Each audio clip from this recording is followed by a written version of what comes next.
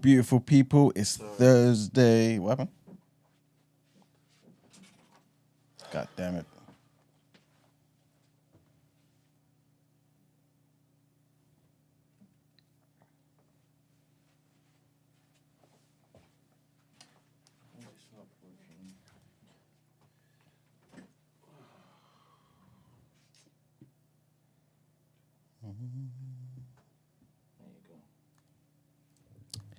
Yo, beautiful people. It is Thursday, the 3rd of October, 2024. Welcome to TDA, the day after your favorite news platform and the home of popular culture as defined by you guys, the culture. And of course, like every other God bless day, you're hosted by the very best. Good morning, hosts. How's everybody doing? Yes, morning. This is brother Ramsey, pro-Palestine activist, your music supplier, rotation provider. Okay. Come on. I would ask Brent how he's doing, but he's not by the mic. E-man, you good? I'm all right, man. Of course, I didn't even introduce myself. They call me E-man, the pro-black activist, TDA producer and news analyst, melanin jam-packed. Brent, how you doing, man? I'm all right. What is it, a boys only day today? We may see. You know, it may change. It may change in the course of the show. But it'll be a very interesting show today. Yeah, I'm seriously considering changing this to 9 a.m. start. Damn. How come? Marks.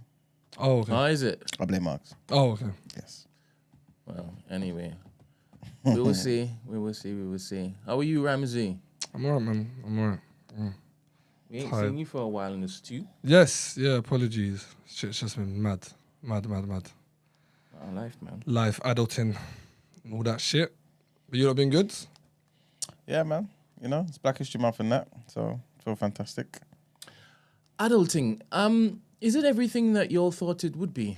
Seeing as both of y'all have full-blown fantastic marriages and families. Like, when y'all did you think it would be like as it is? I didn't think everything would hit me all at once. Talk to me. I didn't think, obviously, being a dad, learning and growing all that at the same time, and then dealing with... Depression? No. SAD? Do I look depressed to you? Nah, just throwing out some... No. It's dealing with family situations, obviously loss, and just starting to take care of your parents. I don't think it would hit me all at once, as well as parenting, work. The whole work and, alhamdulillah, the dealing with the bill side and sorting out, you know what I mean? Sorting out my family in that way is fine, but it's just everything else that's balancing on top of it. Yeah. So I thought it'd be like this. I just thought it'd be a lot more staggered. And I'm going through a lot more stuff that my peers are very, very early. Like some of them, well, actually most of them aren't married yet. They're engaged, but I'm not married yet. But they haven't had children yet. So yeah, it's long. But there's light at the end of the tunnel, inshallah. Oh, for sure. So yeah, man, just move on every day as it comes. I think that's one of the main features of adulting, isn't it?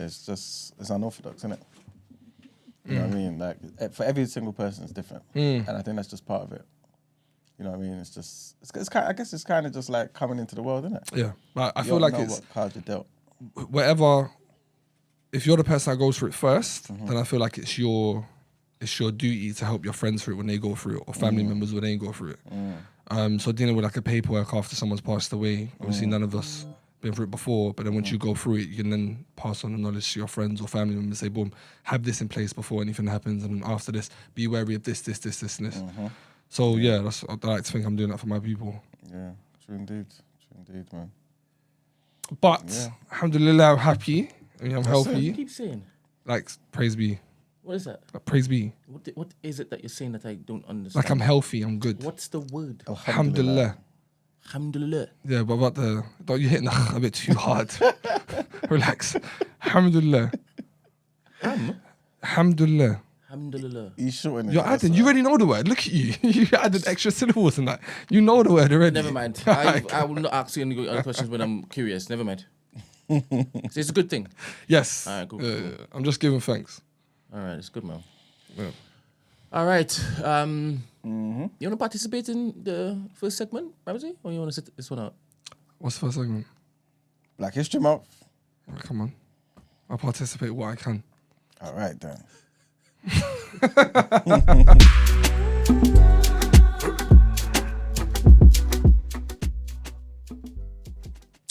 All right, people. Well, Black History Month is World History Month, man. You know what I'm saying? Without the black man, woman, and child, there is no human being. There is no human race. And that's just a fact. We won't go into that today. Obviously, like we said, this particular segment for this month, we want to, basically hail up and give praises to all those black men and women that really contributed to the world. You know what I'm saying? Without their presence, without their existence and their impact, the world would be different. You know what I'm saying? So the first person today that we want to big up is a man who goes by the name of Dr. Daniel Hale Williams. So he was an African-American surgeon, and he was a pioneer in the field of medicine. He was born in Pennsylvania. He attended Chicago Medical College and later became one of the first black physicians to work in the U.S. medical system. In 1891, he founded the Provident Hospital in Chicago, which is the first black-owned hospital in the United States, which provided training for black doctors and nurses and offered care to African-American patients. He's best known for performing one of the first successful open heart surgeries, and this is back in 1893. Right? He operated on a man with a stab wound to the heart and successfully sutured the pericardium, which is the sac surrounding the heart, which is an extraordinary achievement at a time when heart surgery was almost unheard of. His work saved the patient's life and earned him national recognition. Beyond his surgical work, he was also a key advocate for racial integration in hospitals and helped pave the way for more black professionals in medicine. He was also a charter member of the American College of Surgeons, becoming the first African-American admitted into the organization. Why is he important? Well, like I said before, he's the first of many different things, right? But he was the first African-American cardiologist who performed the first successful open heart surgery. He founded the first interracial hospital, Provident Hospital and Training School. He created 2 hospital-based training programs for nursing. He co-founded the National Medical Association. He was the first African-American physician admitted to the American College of Surgeons. And like I said as well, his work and his advocacy for African-Americans' presence in medicine is honored by educational institutions worldwide. So that's the great Dr. Daniel Hale Williams.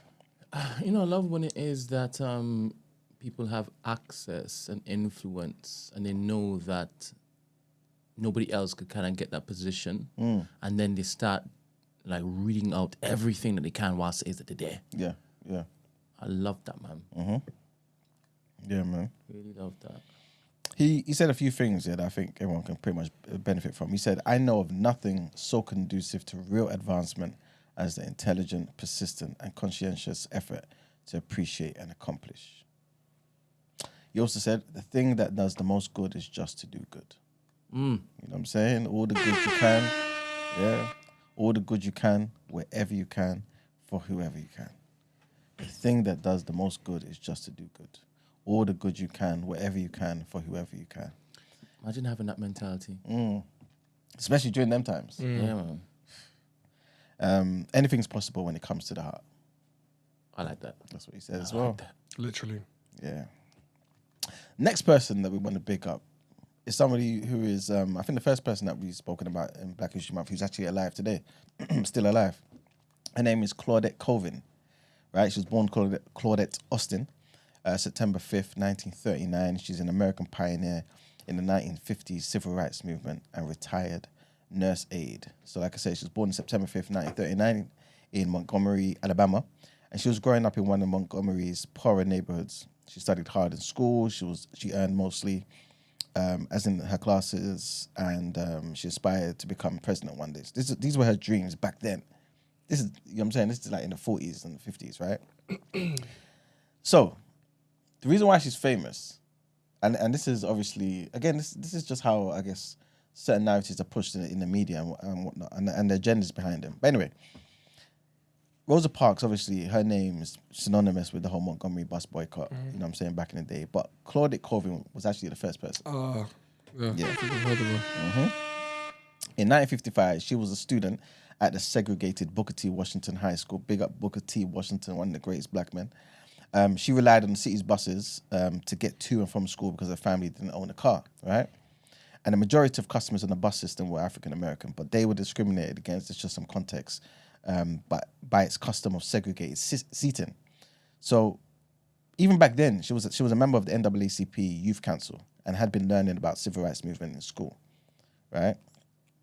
On March 2nd, 1955, again, I'm saying that for a reason so you can kind of connect the dots in terms of how old she is, right? She's 15, right? She was returning home from school. She sat in the coloured section about 2 seats away from the emergency exit in the Capitol Heights bus and refused to give up her seat to a white woman and moved to the back of the bus.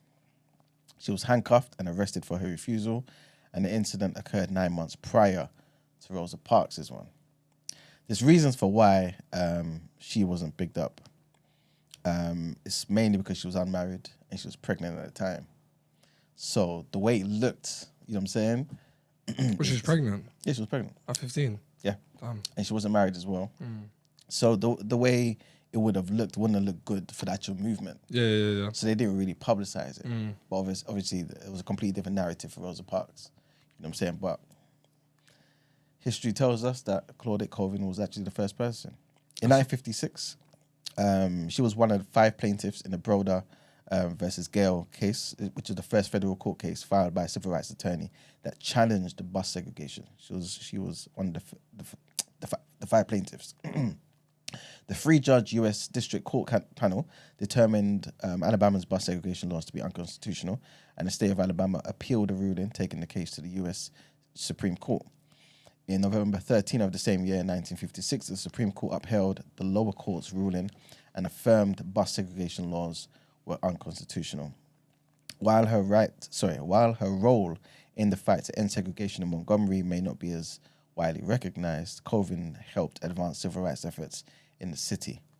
Fred Gray, who was her former attorney, said that Claudette gave all of us moral courage. If she had not done what she did, I'm not sure that we would have been able to mount the support for Mrs. Parks. You know what I'm saying? 'Cause I guess it was seen as preparation for that. The catalyst. Exactly, for that situation as well.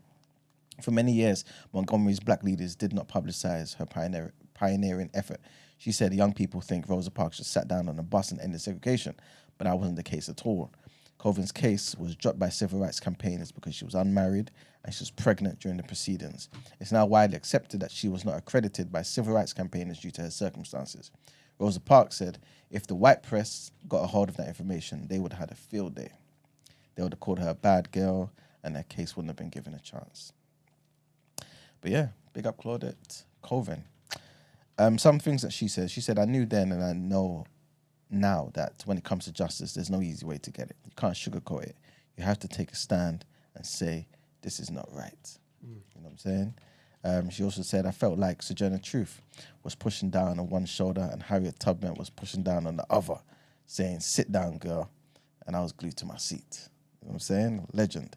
And she also said, it's my constitutional right to sit here as much as that lady. I paid my fare. It's my constitutional right. So yeah, once again, big up Claudette Colvin and big up Dr. Daniel Hale Williams. Essentially got found guilty in the image that Brent put up. Said girl 15 found guilty. Oh, at the time? Probably. Yeah. Yeah. So what happened to her?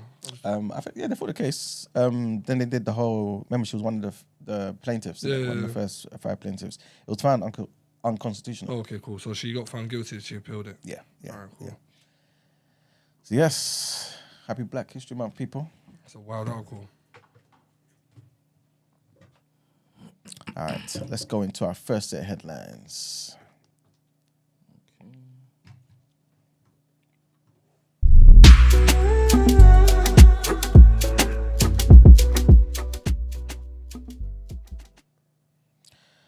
All right, people. So our first set of headlines. Financial markets are in danger of suffering a sharp correction that triggers a credit crunch. This is what the Bank of England has warned amid swirling fears of an AI tech bubble. Policymakers said stretched valuations left equity markets vulnerable to an economic shock, which could drive up the cost of borrowing for households and businesses. It comes against a backdrop of concerns about economic growth, also the escalating tensions in the Middle East, and $1 trillion of bets against the US bonds ahead of November's elections. Doubts over an AI boom driven by investment by Microsoft, Google, and others also fueled the situation, with some $279 billion wiped off the value of AI giant NVIDIA. That is insane. The FPC, which is responsible for financial stability, warned that a fresh economic or financial shock could trigger a crisis if firms were unable to meet cash calls. Next headline takes us to the Middle East, where the US and its Western allies are trying to limit Israel's response to Iran's ballistic missile attack in hopes of preventing a widening regional conflict from spiraling out of control. Washington has made it clear that it supports Israel's right to respond militarily to Tuesday's military attack, and is holding frequent calls with Israeli officials as they plan their next move. The US President Joe Biden on Wednesday spoke with other leaders of the G7 to coordinate sanctions on Tehran for the attack and advise Israel on its response. Biden was speaking to some reporters after the call, and he said that we'll be discussing with the Israelis what they're going to do. All 7 of us agree that they have a right to respond, but they should respond in proportion. Okay, yeah. That's what they've been doing for the past nearly a year. Mm-hmm. Well, Kurt Campbell, who's the Deputy US Secretary of State, on Wednesday, he also said that Washington recognized a response of some kind would be important, and there had to be a return message to Iran. But he also added that the region is really balancing on a knife's edge, and there are real concerns about an even broader escalation or a continuing one, which would imperil not only Israel, but our strategic interests as well. What are you guys going to say? Brent, was you going to say something? You weren't in yesterday when we reacted to the missiles. No, I tried to go on the Discord, but Yeah, Sorry, share your thoughts, please. what can I say? Israel's been fucking up. And they've killed a lot of people. They've done a lot of horrific stuff. It's only a matter of time. I'm surprised they didn't do it earlier, to be honest. Don't know what else to say. Israel is disgusting. Do you see it escalating, though? Yeah, for sure. How far? Do you see it as just being a Israel-Iran Nah, listen. It's widely believed that they're the ones who rigged the pages. Any country who's willing to rig the pages and do that much collateral damage is willing to go as far as it takes for a country they've been hating for a very long time. I don't know if another country's going to intercept it or another country's going to step in and mediate, but if Israel is left to their own devices, then it will 100% escalate. I think Biden just signed another 8.7 billion over to them a couple of days ago. So nothing's going to stop. Oh, mind you, we helped them. Yeah. The UK helped them. So Keir Starmer's telling all these old people that they need to freeze to death with the winter fuel tax, but then he just sent all the missiles to them. So I really understand what's going on. That Israel's going to be Israeli. I mean, he didn't send all the missiles, but yes. He sent them loads of missiles that cost a lot of money. Yeah. Well, meanwhile, he's sending them to help. To freeze. Mm-hmm. Yeah. And also, like we mentioned yesterday as well, some of the Brits are responsible for actually helping to repel the attacks from Iran as well. Yeah. But they got, like... And Jordan as well. Fuck Jordan. America's always going to keep, I guess, selling weapons to Israel. Yeah, but even Biden, at one point, him being as avid pro-Zionism as he is, has said, listen, you're not moving too far. This is going mad. But I think this is just a testament to their government at this current moment. As in Israel's government? Yes. What can happen to stop this, though? Because I think the reality is the UN is nothing. Yeah, that's just 100%. Absolutely nothing. I don't know if it's true. I need to double check it. But I read something that said he sent the missiles from the UN office. What do you mean? So he was at the UN. He's present at the time at the UN while he sent the missiles. As in Netanyahu? Yeah. Well, again, the UN's nothing. They ain't got no army. Nothing. You know what I mean? So, I don't know, man. I don't know. What would you like to happen? What's the topic of the day? Definitely. Yeah. Yeah, that. That's to Netanyahu. No, not to Netanyahu. I mean, you said in response to the missiles, busting through the Iron Dome and slapping some of the airstrip. I think it's the airstrip. It was the... I believe so. They were trying to target more so the militia than civilians. And do you believe that? Yeah. Well, that's what's being reported. So, on the flip side, when Israel report to say that they are just targeting the military, How? then you don't believe that? No, because I saw again. That's reports. That's reports. So when they're bombing a school, or when they're bombing a mosque, or when they're bombing a hospital, or when they're bombing a refugee camp, or when they're bombing tents, and when they're bombing, it's always there's you know what they're aiming for. Their own military spokesperson said we're aiming to kill everyone. We're aiming to fuck everyone up. I'm only talking about you saying following the reports. Yeah. And the reports don't say what you just said. They're military. What? The reports don't say anything about the school. Don't say that a hospital. They are aiming for the schools and the hospitals. No. I'm telling you where they landed. Follow what I'm saying. Don't look to jump ahead, and don't look to misconstrue what I'm saying. Do you understand? I asked you, what do you want to happen, right? And I said, not Netanyahu. After seeing those particular missiles cut through, how did you feel? Yeah, man. Yeah, man. Yeah, man. What's Yemen got to do Yeah, with this? man. Yes, man. That's what I felt. Attack IDF. That's how I felt. Yes, bruv. Yes. Do you want it to continue? Yes, bruv. I want IDF to be demolished. Demolished. Fuck the IDF and fuck Israel. I want all that. But none of that will happen. He asked me what I wanted. Yeah. And bear in mind, little history, they were bombing Gaza, yeah, saying that Hamas had used or put their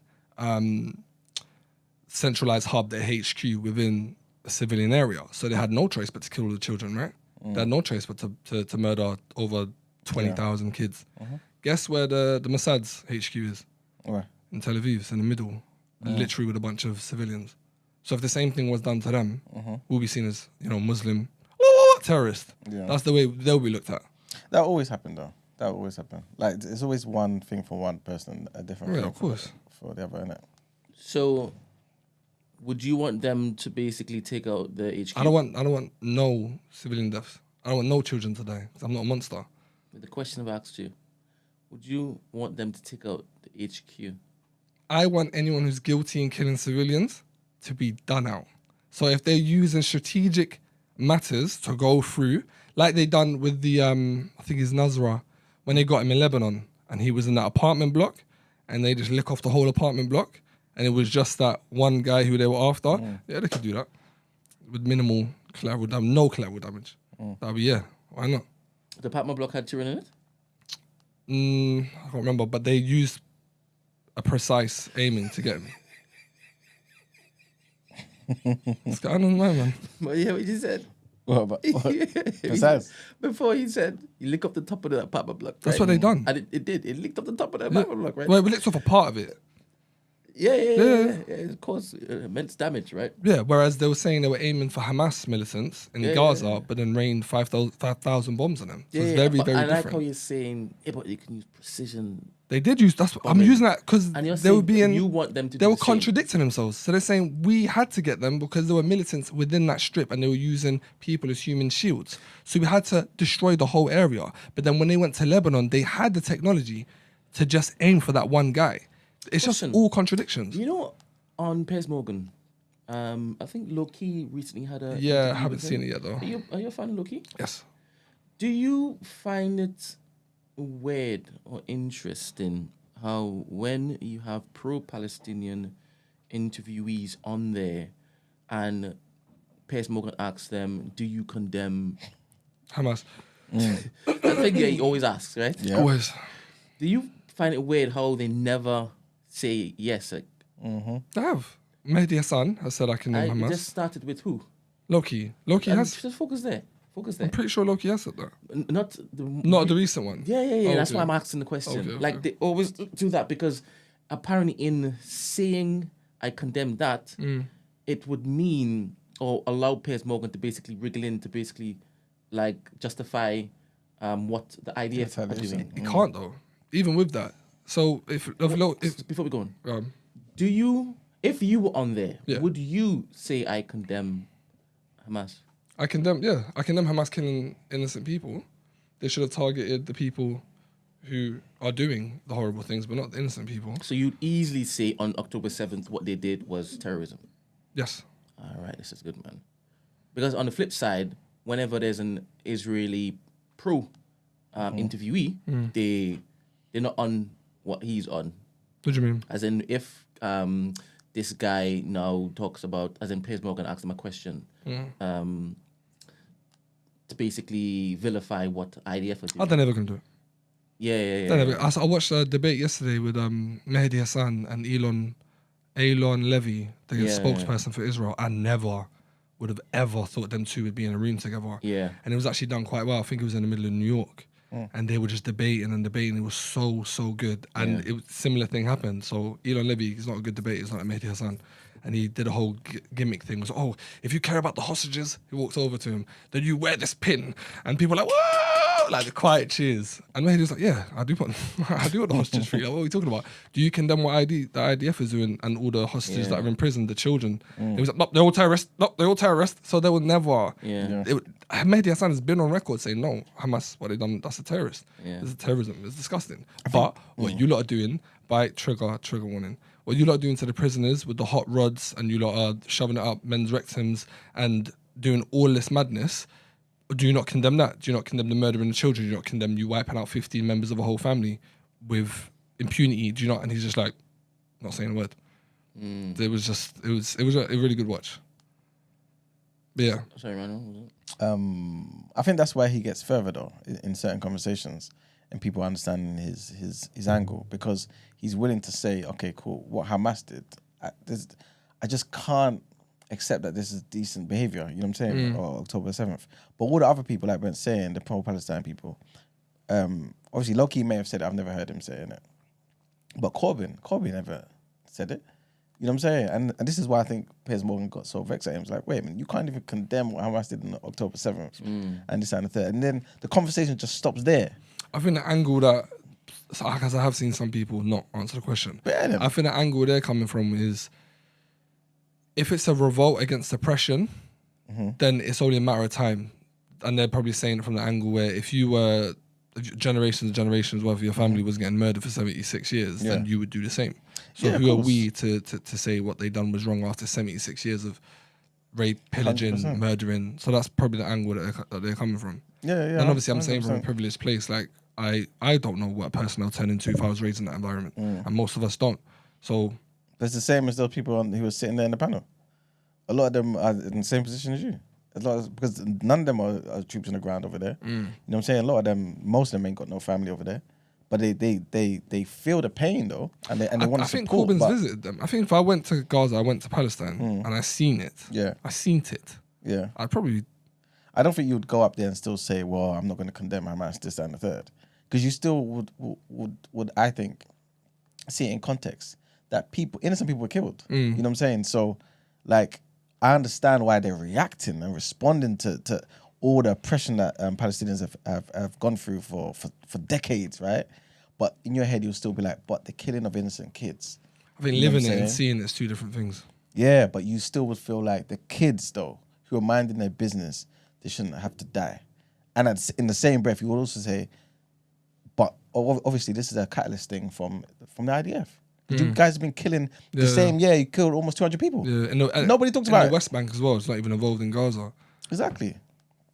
So, you know. Brent, you're far more intelligent than distilling such a nuanced topic to a binary choice. What does that mean? I think he's accusing you of doing what Piers Morgan is doing. By asking him, as in Ramsey, do you find it weird when Piers Morgan does it? Yeah. No, but also I think when you ask him, like, okay, would you do you see it as terrorism? Say, I want to know what Ramsey would say in Loki's position. Yeah, that's what he's saying. That's what I think he's saying. But what's my intelligence got to do with it? Oh no, man. Do you feel I was stupid outside of me? Outside of you trolling. Outside this specific question I asked, do you think it was stupid?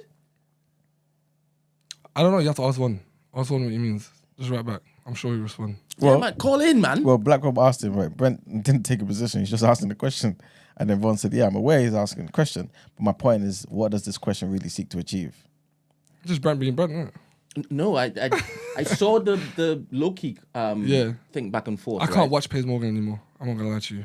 The thing is, he's very, very, very, very cheeky, right? I can't I'm do going to show you some clips a bit later because, I can't do like, it. his producers know exactly what the internet wants, and knows exactly what's going to get the clicks, and knows the people that they need to get on the show to get the clicks. Yeah, I can't do it. It's nasty. It's nasty work. I can't listen. Is it because he's biased? No, yeah, that as well. But it's just nasty behavior. I hate it. They're trivializing it, and we're talking about real lives. It's nasty. He's just exploiting all these pro-Palestinians, exploiting the whole situation. It's rank. I just find the whole thing disgusting. Yeah, it's just disgusting, man. You know, he knows what he's doing. What's more of a prominent thing right now? That's happening right now. He knows that it's such a triggering, it's such an emotive subject on both sides, right? So he knows that if he brings them on, he's just gonna get more clicks. It's just nasty. I just don't like it. At the same time, I think it's a bit like, I don't want to defend him, but I still feel like he's giving a platform to people to say what they want to say. He's giving a platform, but then he's what's the word? He's muffling them. So you can give someone a platform, but you're not treating people the same way. So but it's just nasty. But I mean, that's just life, though, isn't it? Like you go to work and you may not be treated the same way as Buddy, Simon, and Tim. You know what I'm saying? Yeah, but I can fight it. And this is what I think some of these people who go on the show do as well. You're able to stand and be like, okay, wait a minute, you said this about me. Don't this, that, and the third, and say it the way you want to say it. It's nasty. Matthew said, Brent. Well, he didn't say Brent. He said TDA.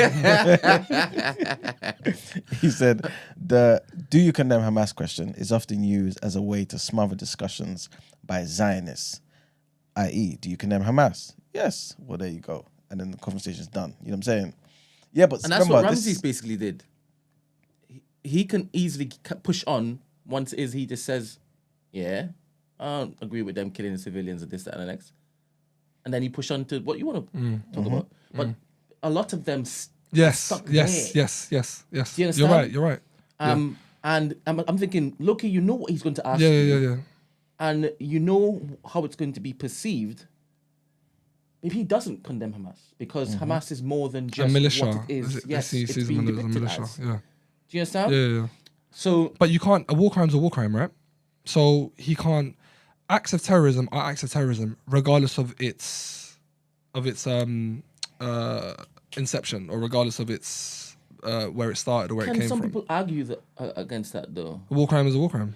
Yeah, because if you've been pushed to basically react, because that's the only way, because you're being oppressed right now. And what does a war crime actually look like? Because I guess it depends on who writes down. Yes, I guess I'm using it in regards because it's an easy way to wriggle back out. So if what's his face, Piers Morgan, was to pose me that question, you can wriggle out of it and say, but based on the ICJ's definition of a war crime, it would be this. So it would be under the Terrorism Act. He would then go, oh, well, great, American. Then you'll say, okay, cool, pager. Okay, cool. What they're doing in the prison. Okay, cool. The fact that they're still legally occupying. Okay, cool. And then so you throw it back at him. Do you condemn war crimes? Yeah, it's all right. So the ICJ is now prosecuted, or they've basically said that it's now looking like a genocide. It's a war crime. They're now going to get Netanyahu in war crimes. Do you denounce Netanyahu? He can't say nothing because it's Murdoch's. He's under Murdoch's thumb. So it's easy to get back.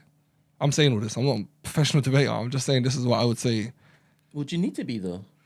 Yeah, listen, Piers Morgan, he's been doing this for a long time. There's people you just can't get on a show with and argue. Even if they're talking shit. They know like dirty ways of just getting above your point, even if you're there to make ironclad points.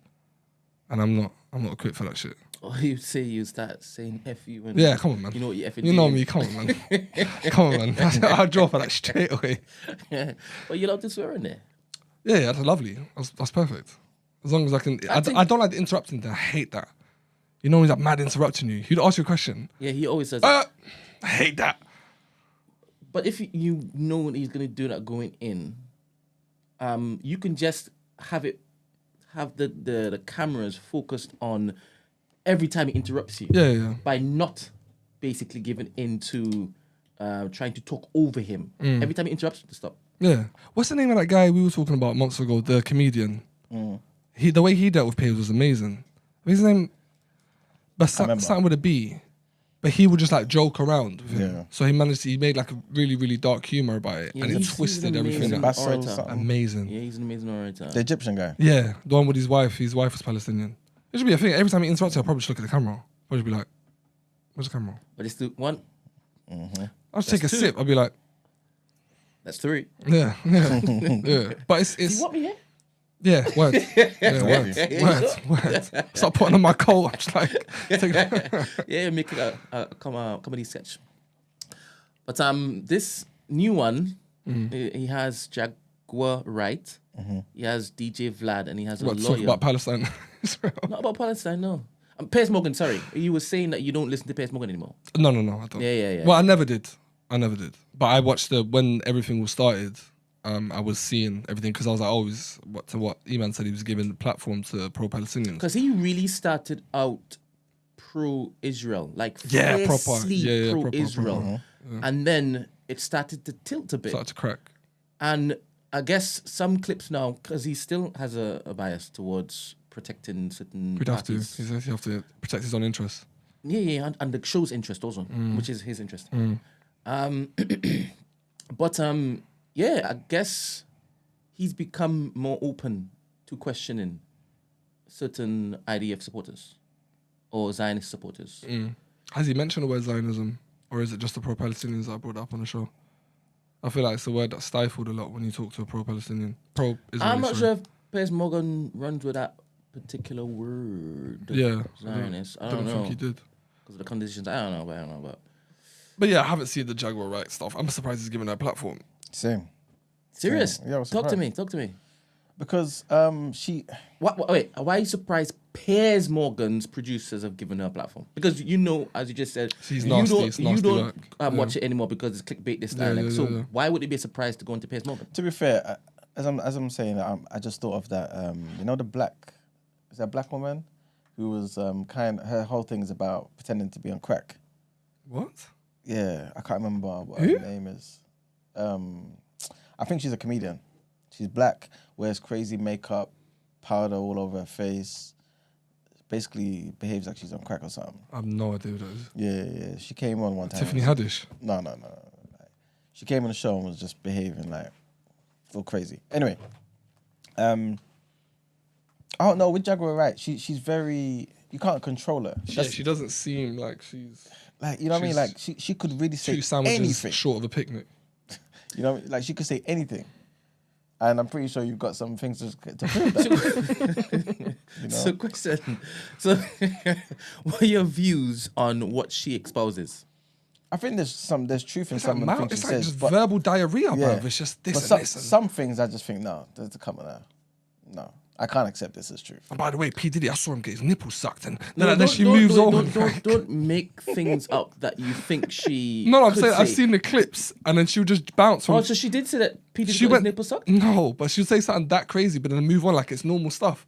Like she would just say, "Oh yeah, that was a party." Jill Scott, I seen you, Jill. I seen the video. She's talking shit about Jill Scott. She's like, "Oh, you sucked this off to get this guy," and I'm like, but the guy would just let her flow, like just talk. So she said that Jill Scott. She said Jill Scott sucked someone off while she was young, or she took someone's man and was pregnant. I don't know, just nonsense. When she talks, I kind of just switch off. All right, and this is the trouble with people who talk like her, who present. Like How her. have you got this much dirt on everyone, bruv? Everyone. Bro. And you weren't Everyone. even big in the industry like that. You were a good singer at one point, but you weren't anyone. I don't know how you in these parties. I don't understand. All right, so in this interview, Yeah, she basically says she used to be a sex worker. Jaguar, right? Yeah. Did you fuck. know that? No. She used to be a dominatrix. I thought she was a singer. She thought also she was. was a singer, yes. But which one came first? I don't know, mate. I don't Okay. know. This is just what is in an interview. Okay, just, okay. just reported. Okay. Just reported. And she said that these are not secondhand, like witness stories. Like that's her story. She was there. See what I'm saying? She said she was there. I don't know if it is that she was there. All of them. Yeah. But Let her tell it. She's in there for all of them. This is why, like some people just struggle to take something serious. She was there when Jay-Z lost the 96 bricks. Wait a minute. So I don't run away with certain things, especially when it is that I am responding to something that is being played out in real time, right? So first of all, she said she was a sex worker, right? Do you believe that she was a sex worker? I don't know. I don't know. Do you have a need to not believe her? No, not really. It's not really, right? It's not important until it is. It hinges. Everything hinges on the fact that she was in the room performing sexual acts. Maybe she said what she said to give it some credence, validity. Yeah. No, but you have to understand also, yeah, certain people paint certain things in a particular way for, like you just said, for the same reason. Yeah. Yeah. Like, I believe it's possible that she may feel as though, you know what, I got paid for this and I was duped into believing this person wanted me, had sex with them, but really they was paying me for doing it.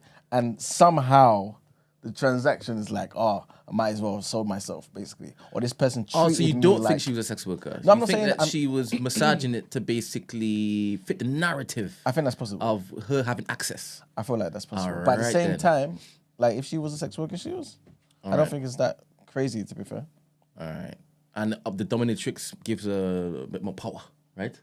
She chose to wield that particular sexual sword. Anyway, so she's saying that she was in some of these parties, not all of them. Okay. Right? So she's saying some of the things that she's saying is because she has seen how they mix sex and these particular parties. And the type of sex... Why are you saying like that? Oh, I'm just trying to enunciate. I should stop? Go on. I'll stop. I can't stop. See, that's bothering you. Yeah, the type of connection to, well, she mentioned ritualistic behavior. Yes. So you think it has a ritualistic No. component? I'm not saying that. I'm not validating what she's saying. I'm just saying I've heard her say that. Okay. It's got something to do with the occult and all that. Okay. Well, she was basically saying that this was happening before PDD even came true. Okay. So to say that PDD started this is bollocks. It's been happening in the music industry, Yeah, right? And that much you I can believe that. I can believe that. So far, she's not saying anything that you wouldn't already say you believe. I'm not sure about dominatrix What stuff. don't forget about the dominatrix. You just asked stuff. me a question. I'm It's answering you. It's a career, bro. Okay.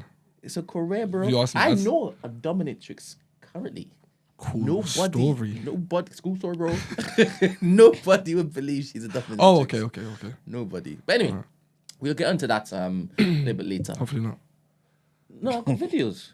Oh. She is Jaguar, right? actually- Not the dominatrix stuff. She's actually gone on Piers Morgan, and she has mentioned Jay-Z and Beyonce.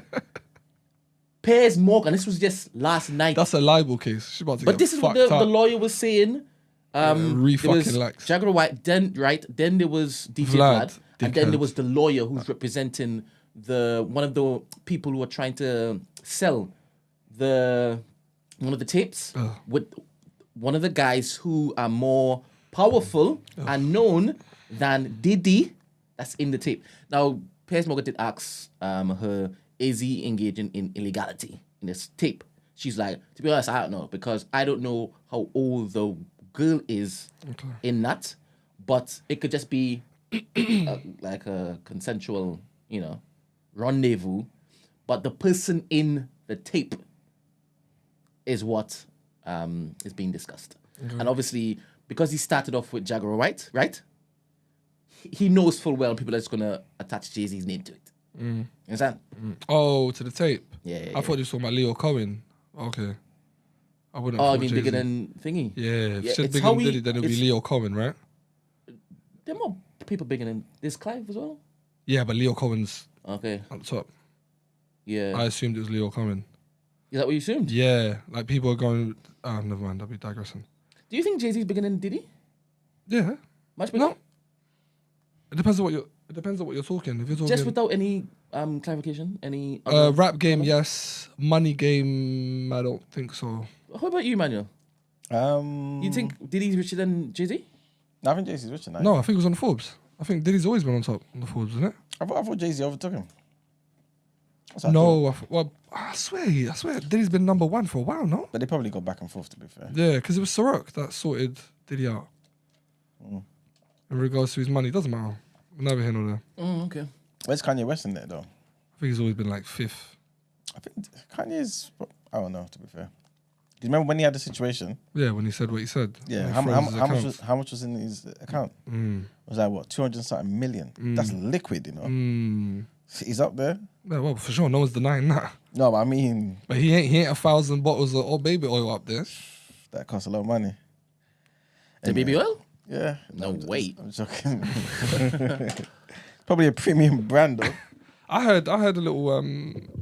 I know that I want to stay on this Diddy topic for long, but I heard that the baby oil wasn't baby oil; it was some sort of liquid Yeah, drug. Yeah. Because baby oil, you know, it's not really. Like, why is it? Why their justification was why would the police even say something if it was just baby oil?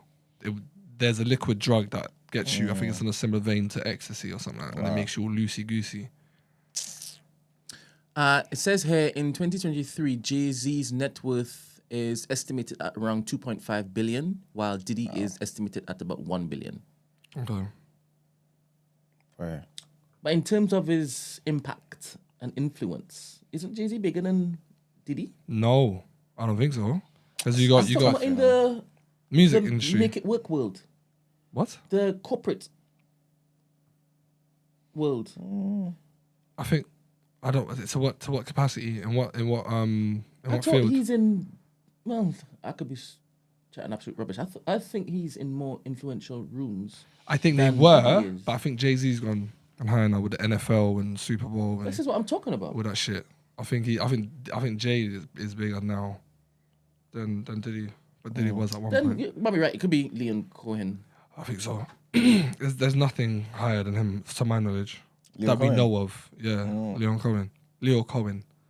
People are saying that the new Kendrick song with Party Dies or Death of the Party, whatever he named that song, that he had bars for, because the bars switch off.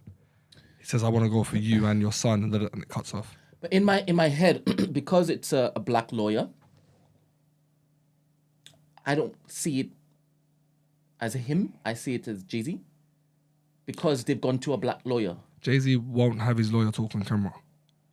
Jay-Z doesn't move like that. Everything he does is in silence. She's not representing Jay-Z. Oh, okay. Again, the person who is looking to sell the tape, he or she wants them to reach out to this person to basically barter a deal to get the tapes so that it could get killed. Oh, okay. I don't know about that. I haven't seen it. Yeah, I watched it this morning. In the chat, they're talking about Jagger Wright has said so much. Like, you know what I'm saying? It's not even coded, but she said so much and she hasn't been sued. So maybe that adds validity to what she's saying. I don't see it that way. Can you sue someone? Can you sue someone in a libel case that's broke? I think it's more so, why would you? That's it. So that's an answer for them. Yeah. Just because she hasn't been brought down legally, could be because she's broke. But also, I feel like, no disrespect, yeah.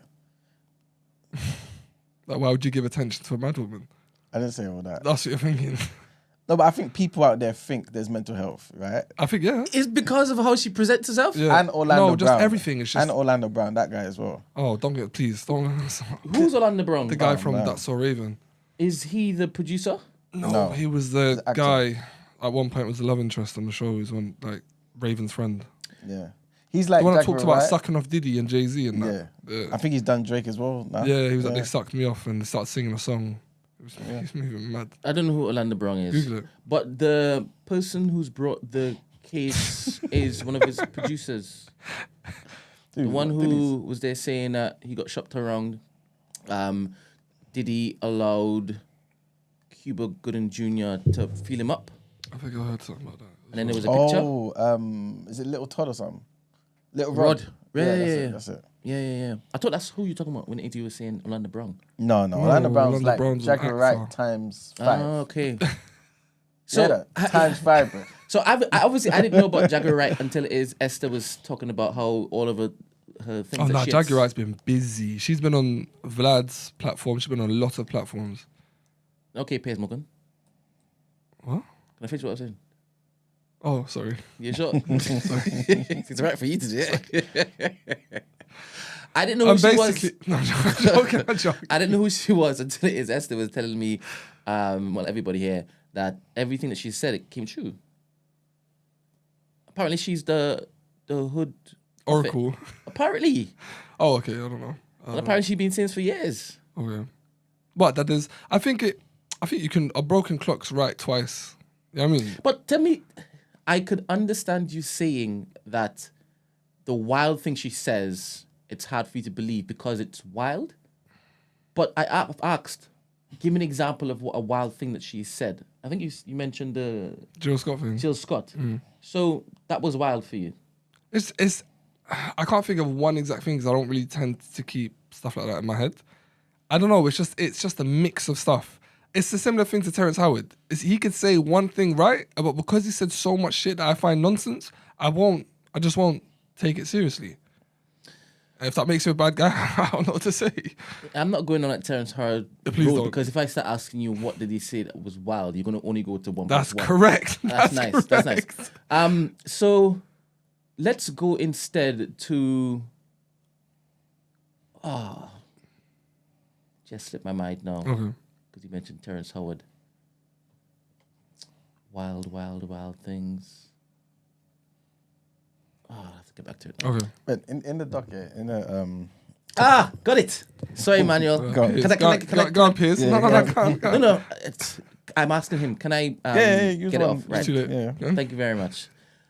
Cat Williams. I remember when we were in this room, when we were doubting everything that he was saying because he said he read how 1,000 many books. 1,000. Yeah, we were doubting everything he said because of that 1,000 books claim, right?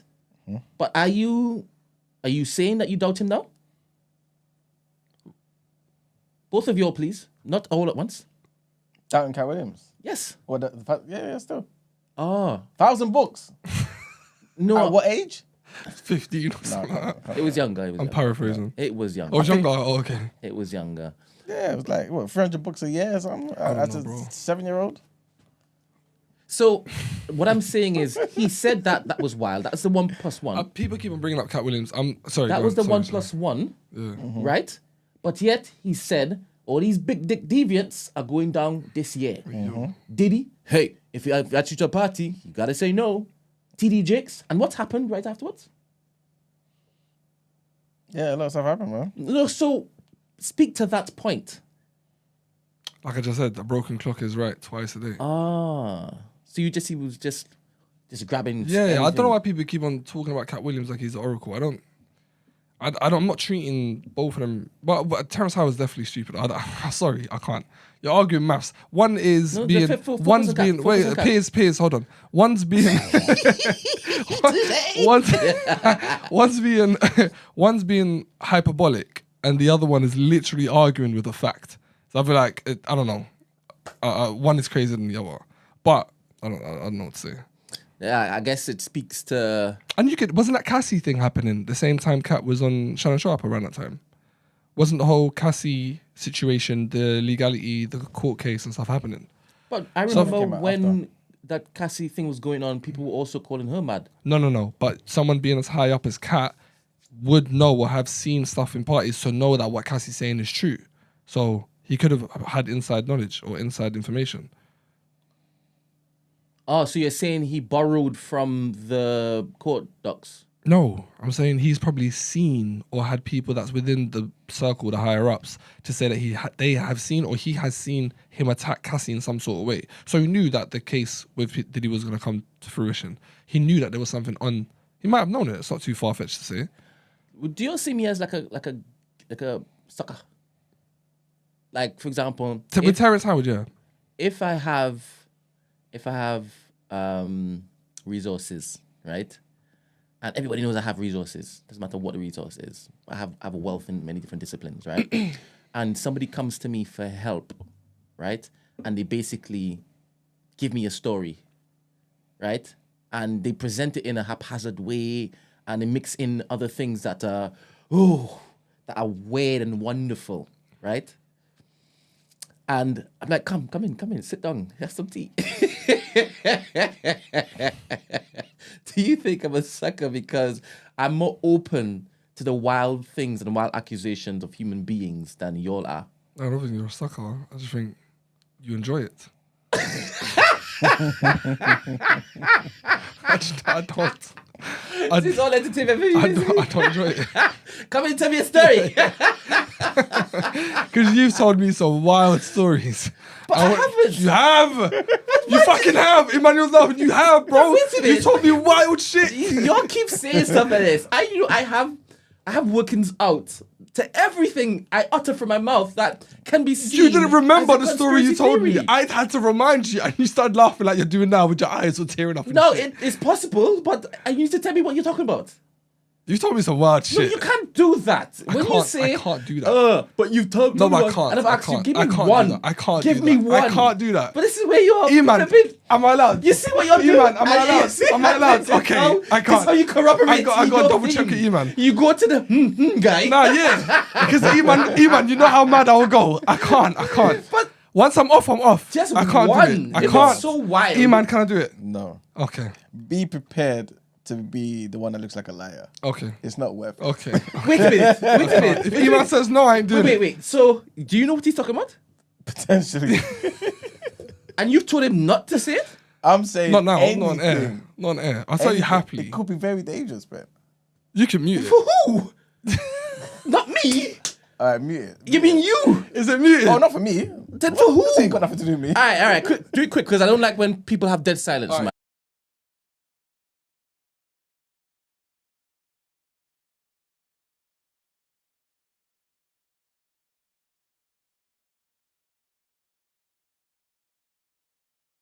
You can't say That that. is ridiculous. You can't That's say that. absolutely You mad. can't say- Anybody who heard that, anybody would know. Nah. How can you use that to as an someone, example? E-man, to someone like me, yeah, who don't know shit. But that's not a conspiracy. I just lied. That's what you do. That's exactly what you do. You're so silly. So basically, people, there was an event that happened, right? And it was in this studio, right? No, it's unfair for me to mute the mic and me not give a little comment. I'm not going to basically say what you said.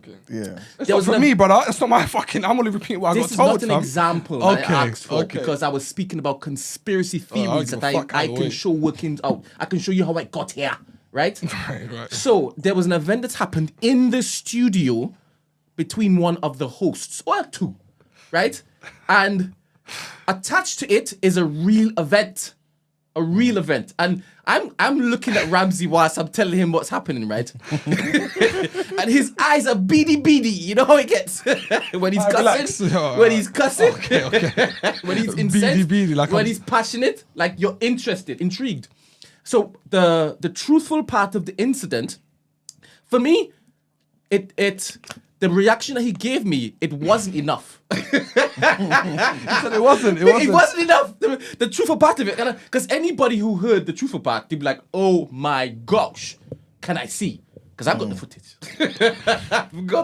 I'm holding it. I'm saving it for a Netflix documentary about the rise of TV. Yeah. I'm doing the 50. Yeah. I'm doing the 50, yeah. right? So anyway, and this is prime TV, by the way. This is prime TV. Anyway, so when I'm not seeing the reaction, I don't know if it's because it's the lack of melanin or whatnot. Maybe he doesn't know how my this days. particular That's the community same reacts to joke. news You or need- information like you that. need But what more- if it was? you need more material. I was like, all right, cool. So let me see if I add a little sprinkle, It was a if sprinkle. it fits, will change. It was a sprinkle. So I've added the more sprinkle. Man Yeah, added what? bare I sauce don't to the do- story. Bare sauce. Crazy amount of sauce. The thing is, anybody who's black would have known that bollocks. That's Can you imagine? bollocks. This guy is There's nuts. no way I tell that to Iman says. No. That's unfair. That's unfair. That's unfair. What I told you yesterday, right? About a certain person. Do you think I made it up? Even though it was wild to you. Do you know the think I made it person? Do you know the person? Yeah. Okay. Do I know the people? Wait. This is a different. I'm asking No. a separate question. It doesn't matter. He's saying I believed it because I'm not black. I didn't know the people. Buzz. I don't know I'll what's get back to going you. on. I'll get back to you. Okay. The thing I told you yesterday. Yeah. Did it sound believable? Yeah. Because of the specificity? Wipe the tear off your face, And- please. and- Because it just happens. And because obviously, like, I know you. So, like, even though you tell me There we go. something, right, that's true. I do also see the flashing lights too. All right, 'Cause so- you're telling me a movie. All right. So that specific thing he mentioned when the mic was off, if I told you that, because I guess, as you said, you don't know the people. Don't know them. Because you know the people, Emmanuel, would you believe me? No. No, I wouldn't believe that. Because of the action that. Yeah, that's crazy. All right. Yeah, that's So crazy. for you to use that an example of a No, I can use another conspiracy one. I'm more than happy to use that another I've one. told you. 'Cause is I'm more than happy incorrect. to use more. You told me wild stories. Sure. All right. We'll push on now. We'll push on. No, I know you have no information. You got no I'm receipts not saying whatsoever. nothing. I'm not saying nothing. Good. I'm not saying shit. Mr. Rotation. What do you call it? But if you look in the doc here, Why are you like there's this? 3 videos. Why are you like I don't this? know. No, why are you like? I know what you're doing. Ramsey, don't Why know. are you like Ramsey, this? don't know. Fucking I hell. don't know. Why is he like I this? do Iman? not I know know. exactly. The thing is, I asked Fuck, a question. I know asked exactly myself what the he same did. question. God, why did He's you a demon. do this? This guy's a God, demon. why did you do this? Where's You Esther? sent me to this earth for a reason. Where's Esther? You Where's made me Esther? like this for a reason. I don't know. This guy's a but I'm trying to demon. find out. I'm trying to find out. Every single day I wake up, I try to do good. What's the quote? What's the quote? What's the quote? Oh my god. Iman, did you miss that? Ramsey, He's a demon. the thing that does the most good is just to a good do- heart. That's it. And this gingers me. That quote gingers me. Oh, fuck. Because I live it. I live it. And I think Oh, maybe my it's to days. balance everything Shit. else that goes on in my head. Oh my God. I have so many intrusive thoughts. So many. I know, but you act on them. Sometimes. You say I'm bad. Sometimes. Oh my god. Sometimes, Oh my god. Sometimes. Anyway, let's push on. Let's push on. Yeah. You realize we've been stalling, trying to get Marks in the, in the space, and he look, he's not here. Oh man, let's push on. Let's push on. Before we go in,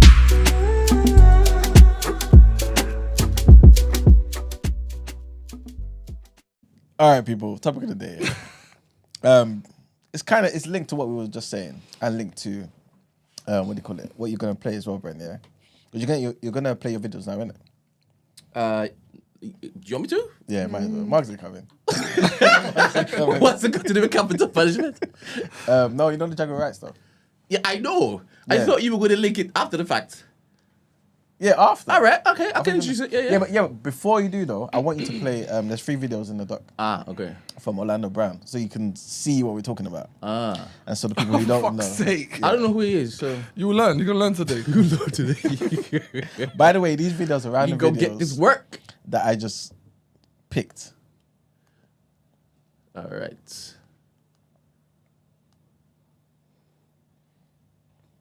Diddy, you gave me the oosh-gosh goose-wash. You gave me the oosh-gosh muaf, the smoosh-mash. Diddy. Yeah, son. You know what I mean? You know what I mean? You gave me the oosh-gosh muash. I love That's diabolical. Diddy. God. Yo, Diddy, you gave me Yeah, it's the next video. I just picked random ones. Yeah.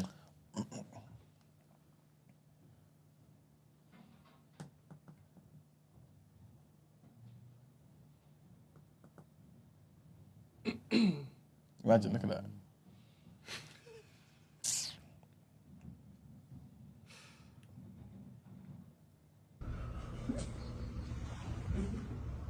Thought you knew. I did.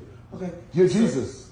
Yeah. So my dad sick like every bad one on me, and I was like, whatever, whatever. But the babies matter now, and I'm like, nigga, not my kids, cause y'all tripping. We made love. We made love. That's Who you why- made love with? Diddy, Bow Wow, Busta Rhymes. You just told me you seen Busta in the airport too. That motherfucker tried to act like he didn't know you. You smashed Drake? No, I never smashed. Oh, you made love to Drake. And Cat Williams.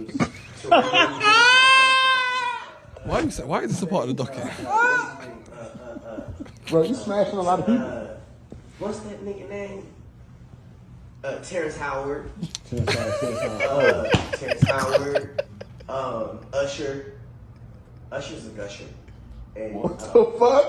Why you not naming no hoes? I'm telling you, bro. It's my dad's friends. My dad sicked his baddest friends on me. Who's your dad? Lucifer. We made love. So, when guys are coming out saying, "Oh, see, Orlando Brown's been telling the truth about Diddy and all this sort of stuff," it's coupled with this. So in the same way, Jaguar Wright, she may say certain things here and there, but it's coupled with the other things, and this is why I think some people don't take them serious. You know what I mean? Broken clocks, because all of this stuff is, come on now, man. You know, come on. Ushmash. It's sad. It's sad.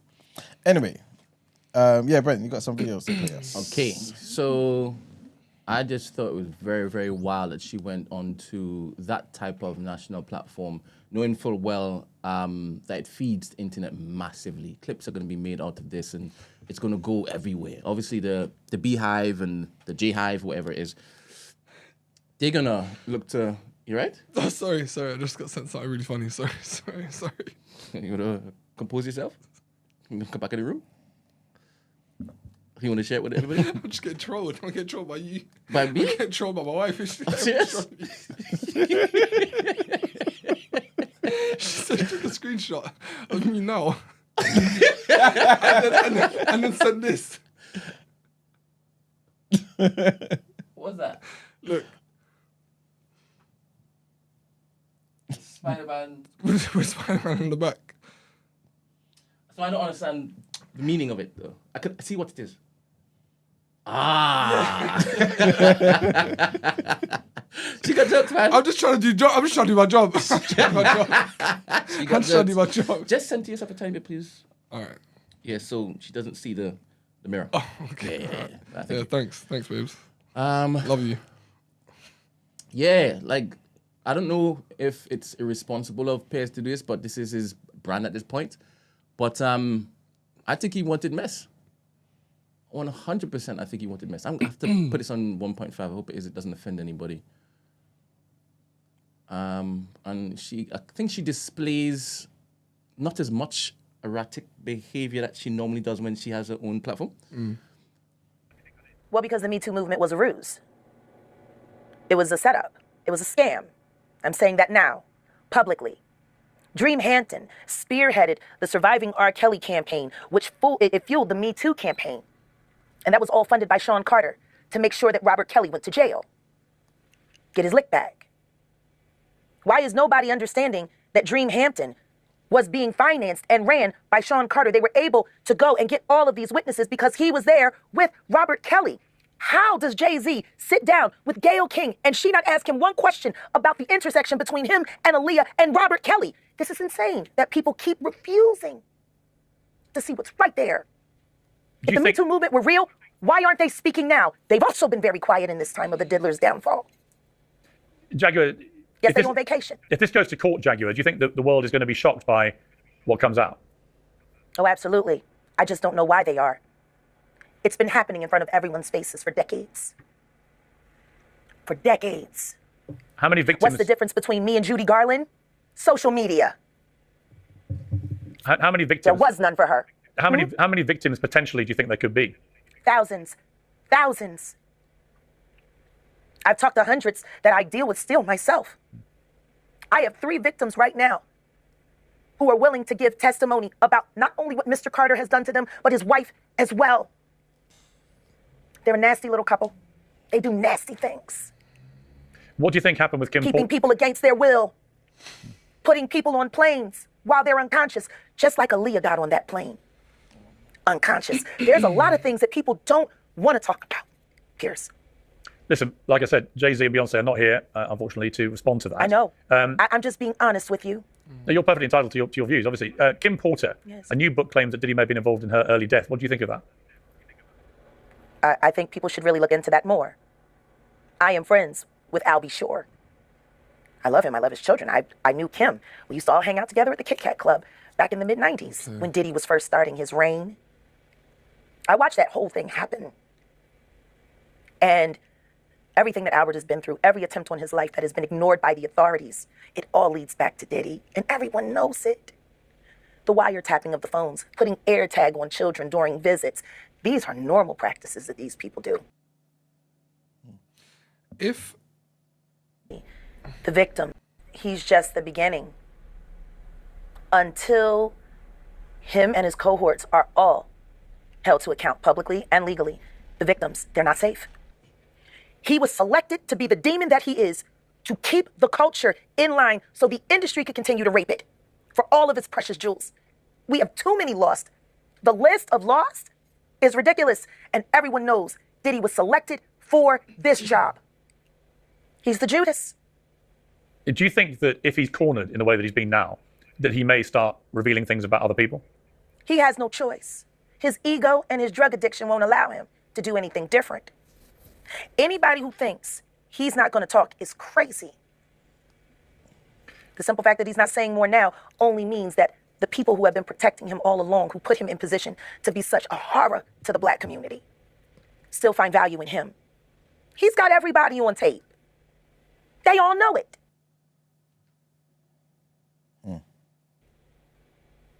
But everyone knows what's going on, and it's been going on for years. It's been going on before Diddy.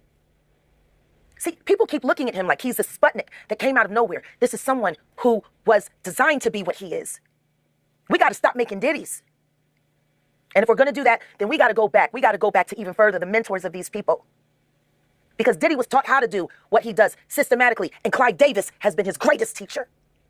Jay-Z has been notable by his silence since these charges were brought against Diddy. Why do you think that is? Because that's what he does. He starts little fires everywhere, forces everyone involved to go and carry water while he sneaks away without a response. That changes now, Sean. You must respond. You have no choice. Harvey Weinstein, Jeffrey Epstein, Robert Kelly, Sean Combs have one person in common, professionally and privately: Sean Carter. This has been a fist of tyranny that has been punching through our culture and our society for decades. It must stop. There's been obviously a lot of... Cruelty-free artistry. What did she say? I don't know. You know what? Is there another clip you want to show? Sorry? Oh, you're done. Yeah. All right. On the theory, if she does suffer from mental health issues, them sensationalizing her stories isn't helping that. It's only going to make it worse because they're giving her a platform, and it's almost in a way it's corroborating her. Yeah, but she's got a husband. She getting paid. Whose duty is that to protect her? Her husband. You know what I'm saying? Yeah. And she can always say, I don't have no mental health issues. You know what I'm saying? So this just may be her character. You know what I'm saying? We just didn't know because she was singing great music. You know I'm what just saying, if those are true, it's sad. I feel like it's only going to get worse.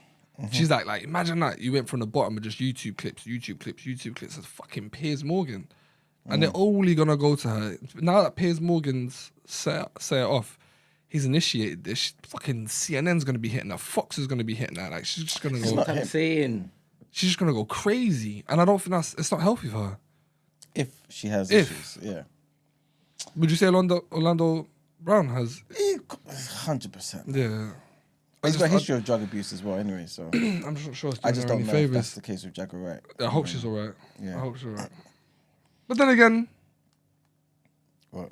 in saying that, it's either she's not suffering from mental illness and what she's saying is true, which is disgusting, or she does have mental illness, so it's a double-edged fucking sword. Yeah. But I feel like if she doesn't have mental illness, it doesn't mean what she's saying is true still. Okay. It's just... People just make stuff up. Okay. People just say things in certain ways, you know what I mean? Yeah. That's what it is. But yeah, today's topic of the day is about the death penalty. So trigger warning, guys, trigger warning. In fact, we should have said trigger warning prior to... So it's a trigger warning at the start of the show. Yeah. And this was submitted by Ephraim. Big up Ephraim. He sent this in. I love that name. Yeah, man. Powerful name. Yeah. Big up Ephraim. And yeah, the question is basically, is everybody redeemable? You know what I'm saying? Are there certain crimes that should never be forgiven? You know what I'm saying? And yeah, like, is there a situation where people are just worthy of death? Should we bring it back? Does a society show how much it cares about justice if there's no death penalty? You know what I'm saying? And then linking that all into this, when you look at all the heinous crimes these people are being accused of, if it is true, because I believe there's even a clip of Orlando Brown talking about Will Smith. Again, I'm not saying this is just alleged, of course, from Orlando Brown, saying Will Smith raped him as a child. You know what I'm saying? Like, there's all sorts of stuff. But if these things are true, are these people worthy of death? You know what I'm saying? Worthy of death? Yes. Or worthy for a second chance? No, the death penalty. So he phrased it. Yeah. That what I mean? Worthy of death.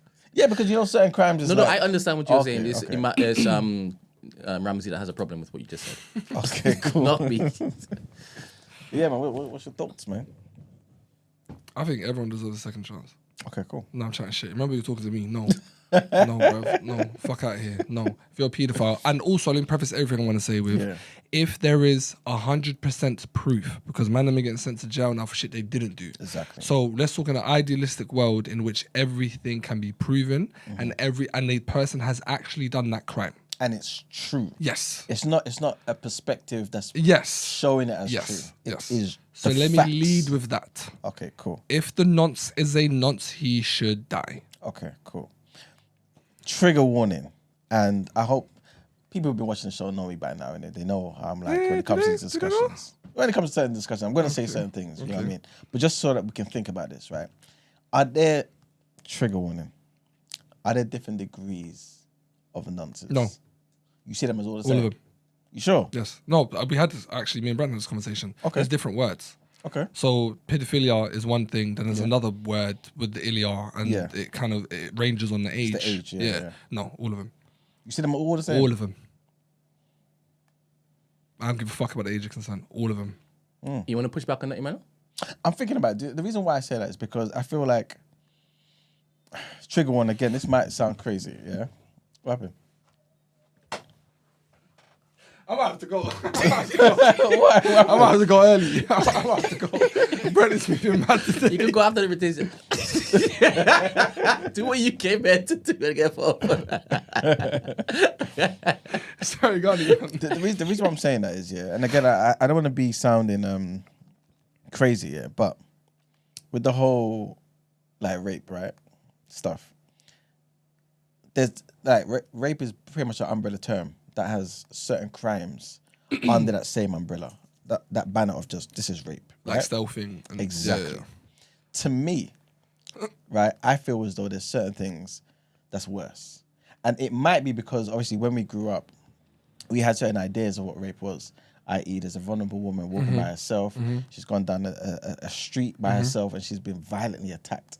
All that sort of stuff to me is the most craziest, heinous thing in the world. Those people there should be firing squad, you know what I'm saying? Yeah. But I do see that as worse than, for example, stealthing. And so in a similar way, even though they have the banner of rape, even so in a similar way, when it comes to these people who do crazy things with children, yeah, all of these people are animals. We know this already, right? But are there certain things though that people can be redeemed of compared to somebody? Because some people sadly really violently hurt children. Yeah. In the same nonce fashion compared to, man, this whole thing is disgusting, man. Yeah. But you get what I'm trying to say, though? You know what I'm saying? No? Okay, cool. Well, No. you know what I'm saying? If we like, let's let's move on from that because I think we can all agree with that. Yeah. Murder is something I think can be quite a divisive topic because obviously we could say a murderer should say someone said a murderer should be killed, but if you're murdering in self-defense, if you're murdering because someone's done something to you, I think is a low. The death penalty can be a very, very polarizing topic, and I feel like there needs to be a threshold. Okay. And my threshold for death penalty is pedophilia, killing the vulnerable, i.e. elderly people, babies, anything like that, mass murderers, certain acts of terrorism, genocide committers, all that kind of. So is what you said in order? No, Okay, no cool. particular order. Just all those lots. All should those be. things, yeah. They should be wiped from the face of the earth. But that's the thing, though. A lot of these things is down to perspective. i.e. the genocide stuff, the mass murdering stuff. Oh, but genocide that's defined by what? Yeah, but actual word. it's still down to perspective though, because some things you feel like it's justified. 100%. Some people will feel like it's justified. You know what I'm saying? Like, for example, again, we're seeing it now. It's the same thing we were chatting about earlier, where people don't want to say what Hamas did was terrorism because they feel, wait a minute, they're just responding. You know what I'm saying? And so if you live in a world where people are responding to... Oh, I see what you're saying. Yeah. Okay. So it's just because it's perspective. Just because it ticks the criteria for what genocide is, you still want to feel like, wait a minute, let's talk about this a bit more, because it's not just out of the blue. You know what I mean? Given that many who hurt/abuse children were abused themselves, does that play any part in your thinking? Me personally, no. Should know better. 100%. There you go. So that's... I fucking hate that shit. No, let's get into it. No, we were talking about... Last time Ed was here, we spoke about it in regards to parents, and I think you must have left at that time. Okay. And we were saying that parents do bad because they were treated bad. I don't care. I don't care. You have your baby... You're going to take care of them. If you knew what was done to you has destroyed you, why are you repeating that? I think it's because some people don't know they're doing it until it's done. And I think it inhibits their capacity to actually just make the right decisions at certain times. And this is why I feel like some people, even pedophiles, right? This may sound weird, but even pedophiles, I think some of them hate what they do.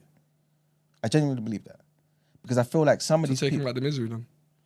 Yeah, that's fine. But I'm just saying, some of these people, I think, just feel like, what have I become? You know what I'm saying? And I think it's because a lot of these people were abused. So I feel like... people hurt people. There you go. So I feel like Ed's saying, even though he's saying no, throw them all in the bin, like, should society maybe see them in a different way because they're victims? I remember this similar situation happened before. We spoke about this in the show maybe about 2 years ago or so, where there was this man who I believe was like a dance teacher or something. Right. And basically, him and his wife got convicted of grooming somebody who was maybe 15 or something, right? And so now both of them are in prison. The woman, the wife, she was an actress in, I think, one of the Harry Potters. Oh, okay. She was like an extra. It wasn't a big role, but she did something.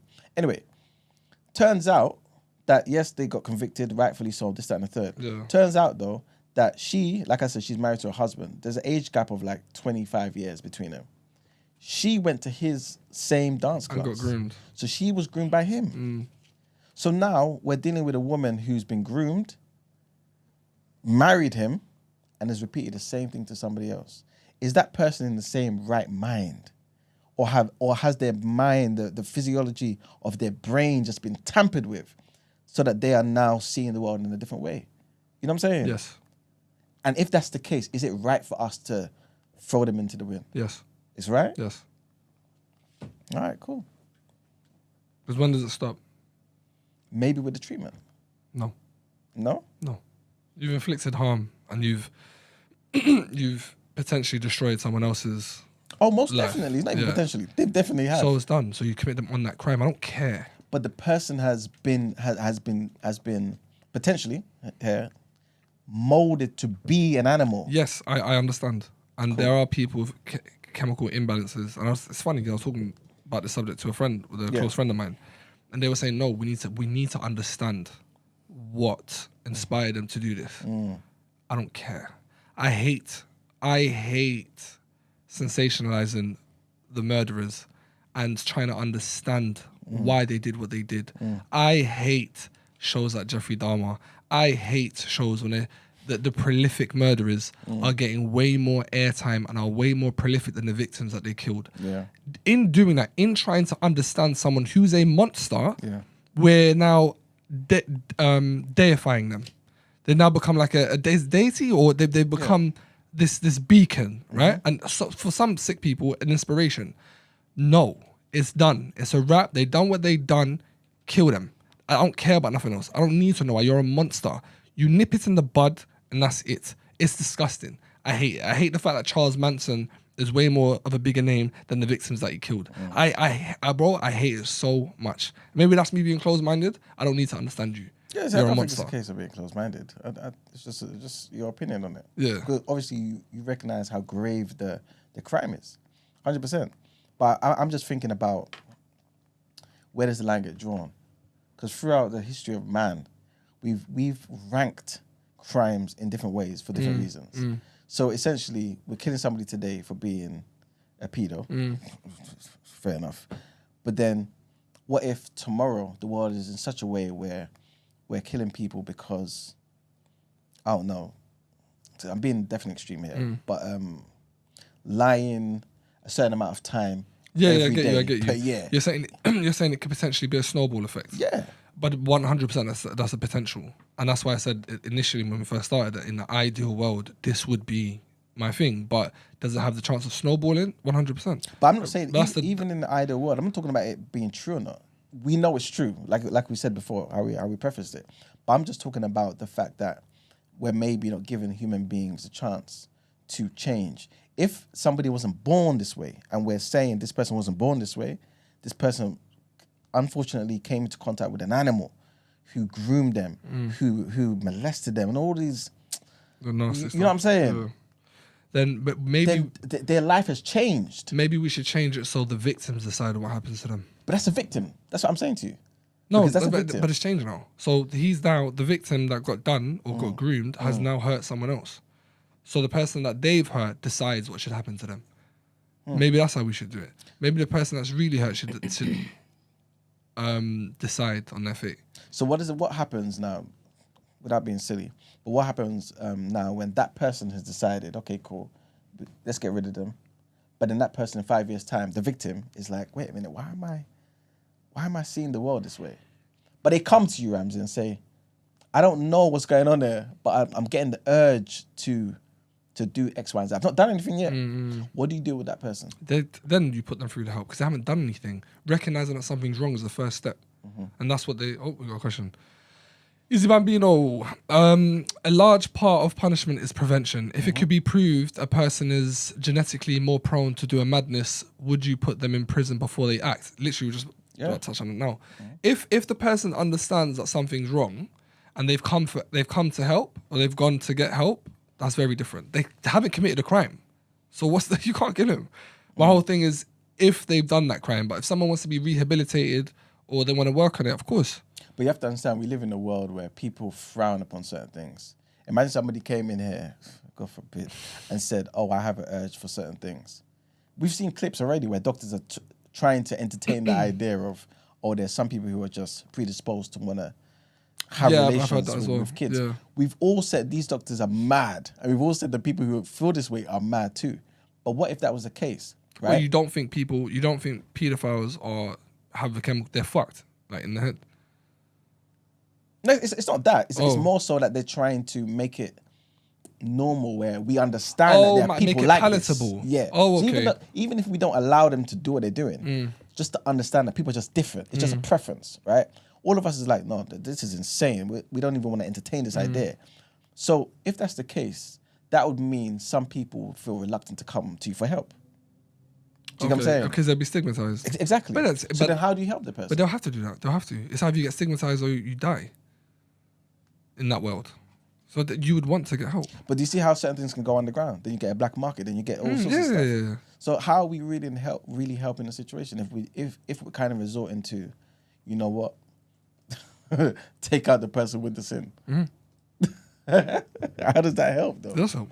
Because we don't have to worry about them. We don't have to worry about them no more. How does that not help? We don't have to worry about them no more. The prisons right now are at 99.9% capacity. We ain't got space. I guess so. Brent, what do you think, man? It's too cold. You said that you believe in... I only looked down because... Yeah. You said that you believed in the death penalty for mass murderers, serial killers. Yeah. If I qualify the mass murdering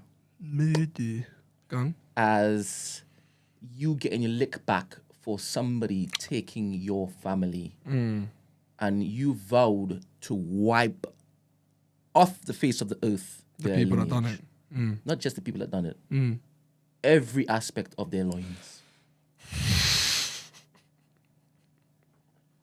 You're so annoying, Khan. I've asked the question. Would it be fine for you to do that and say, no, why are you locking me up for? It's just my lick back. if I'm going to do that and I'm getting revenge for the family that have been killed, I'm probably ready to die. So basically, you're not against it. You're saying after I finish, then I'm done. What am I living for? What are you living for? God forbid. If anything happens to my family, what am I living for? Again, God forbid. And I'm dead in everyone.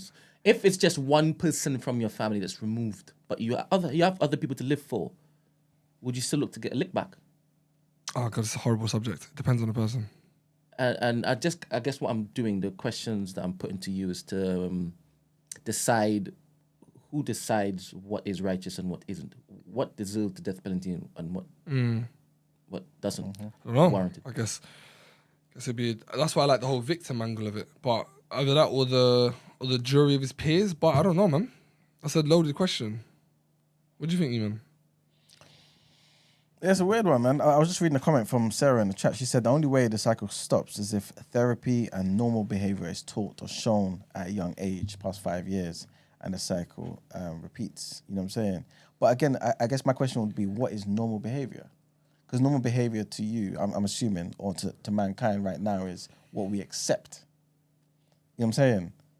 1,000 years ago, normal behavior was different to people.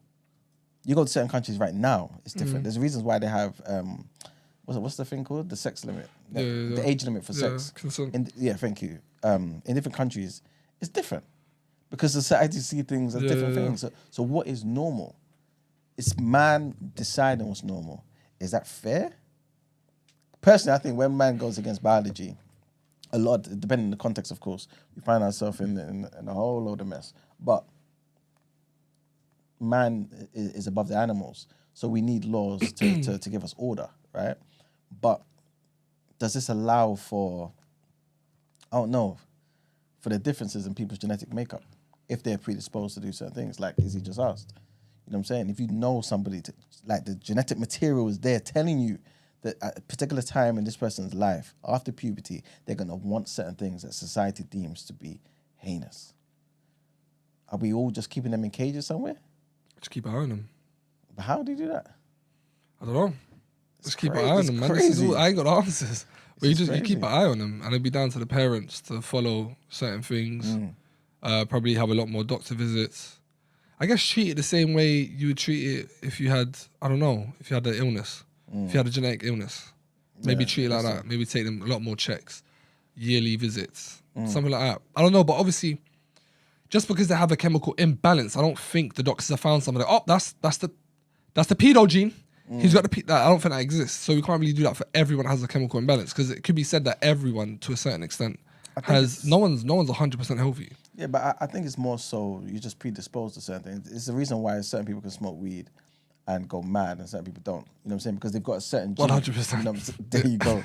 So I think it's the gene being present plus the environment. Yeah. Let that person who's predisposed get raped. Sorry, trigger warning. You know what I'm saying? Look. Again, this is definitely not me showing sympathy to someone like Philip Schofield. Right? Yeah. But him and his brother, if I'm not mistaken, were abused as kids. I don't know. I hear nonsense and I switch off. I believe so. I think, someone correct me, please. I think they were abused, molested, or raped, or something like this. Yeah. Both brothers have gone on to do this sort of thing. Are we going to say there's no link somewhere? You know what I'm saying? Both of them. Philip's only free because he's Philip. The brother is a nobody. That's why he's in prison right now. You know what I'm saying? So what's going on there? You know? So I don't know, man. Are these people who have gone through certain pain, the crimes are worthy of death, but should they just be treated in prison for life? And maybe those who have not gone through this, who just maniac animals, we get rid of them. No. The crimes are crimes. You see them as the same. Yeah. Who gives a shit about anything that's motivated? Change things, though? No, they done it. No? Yes. Of course it does. No, they done it. Again, look at the whole situation in Israel and Palestine. It's not being a nonce. Yeah? No, forget that. I just mean about the motivation for a crime. Oh, okay. You know what I mean? Like, people feel a particular way. Sometimes people are responding to something. You know what I mean? After years and years of you know, mistreatment. I would say that 95% of the children I work with that have been abused will go on and abuse. Fuck, there you go. That's what Sarah... Ramsey just read a comment from Sarah. Sarah, yeah. I think Sarah's called up a couple times. 95%. And she works with people in Can you imagine? That's what I'm saying to you. If Sarah can call, that'd be amazing. Because is I'm just exactly what talking I'm for some saying. ignorant, angry guy who doesn't want No, it's people not to, ignorant thingy, but it's, No, but she's got insight. Yeah, so that's yeah, important. yeah. But this is what I'm trying to say to you.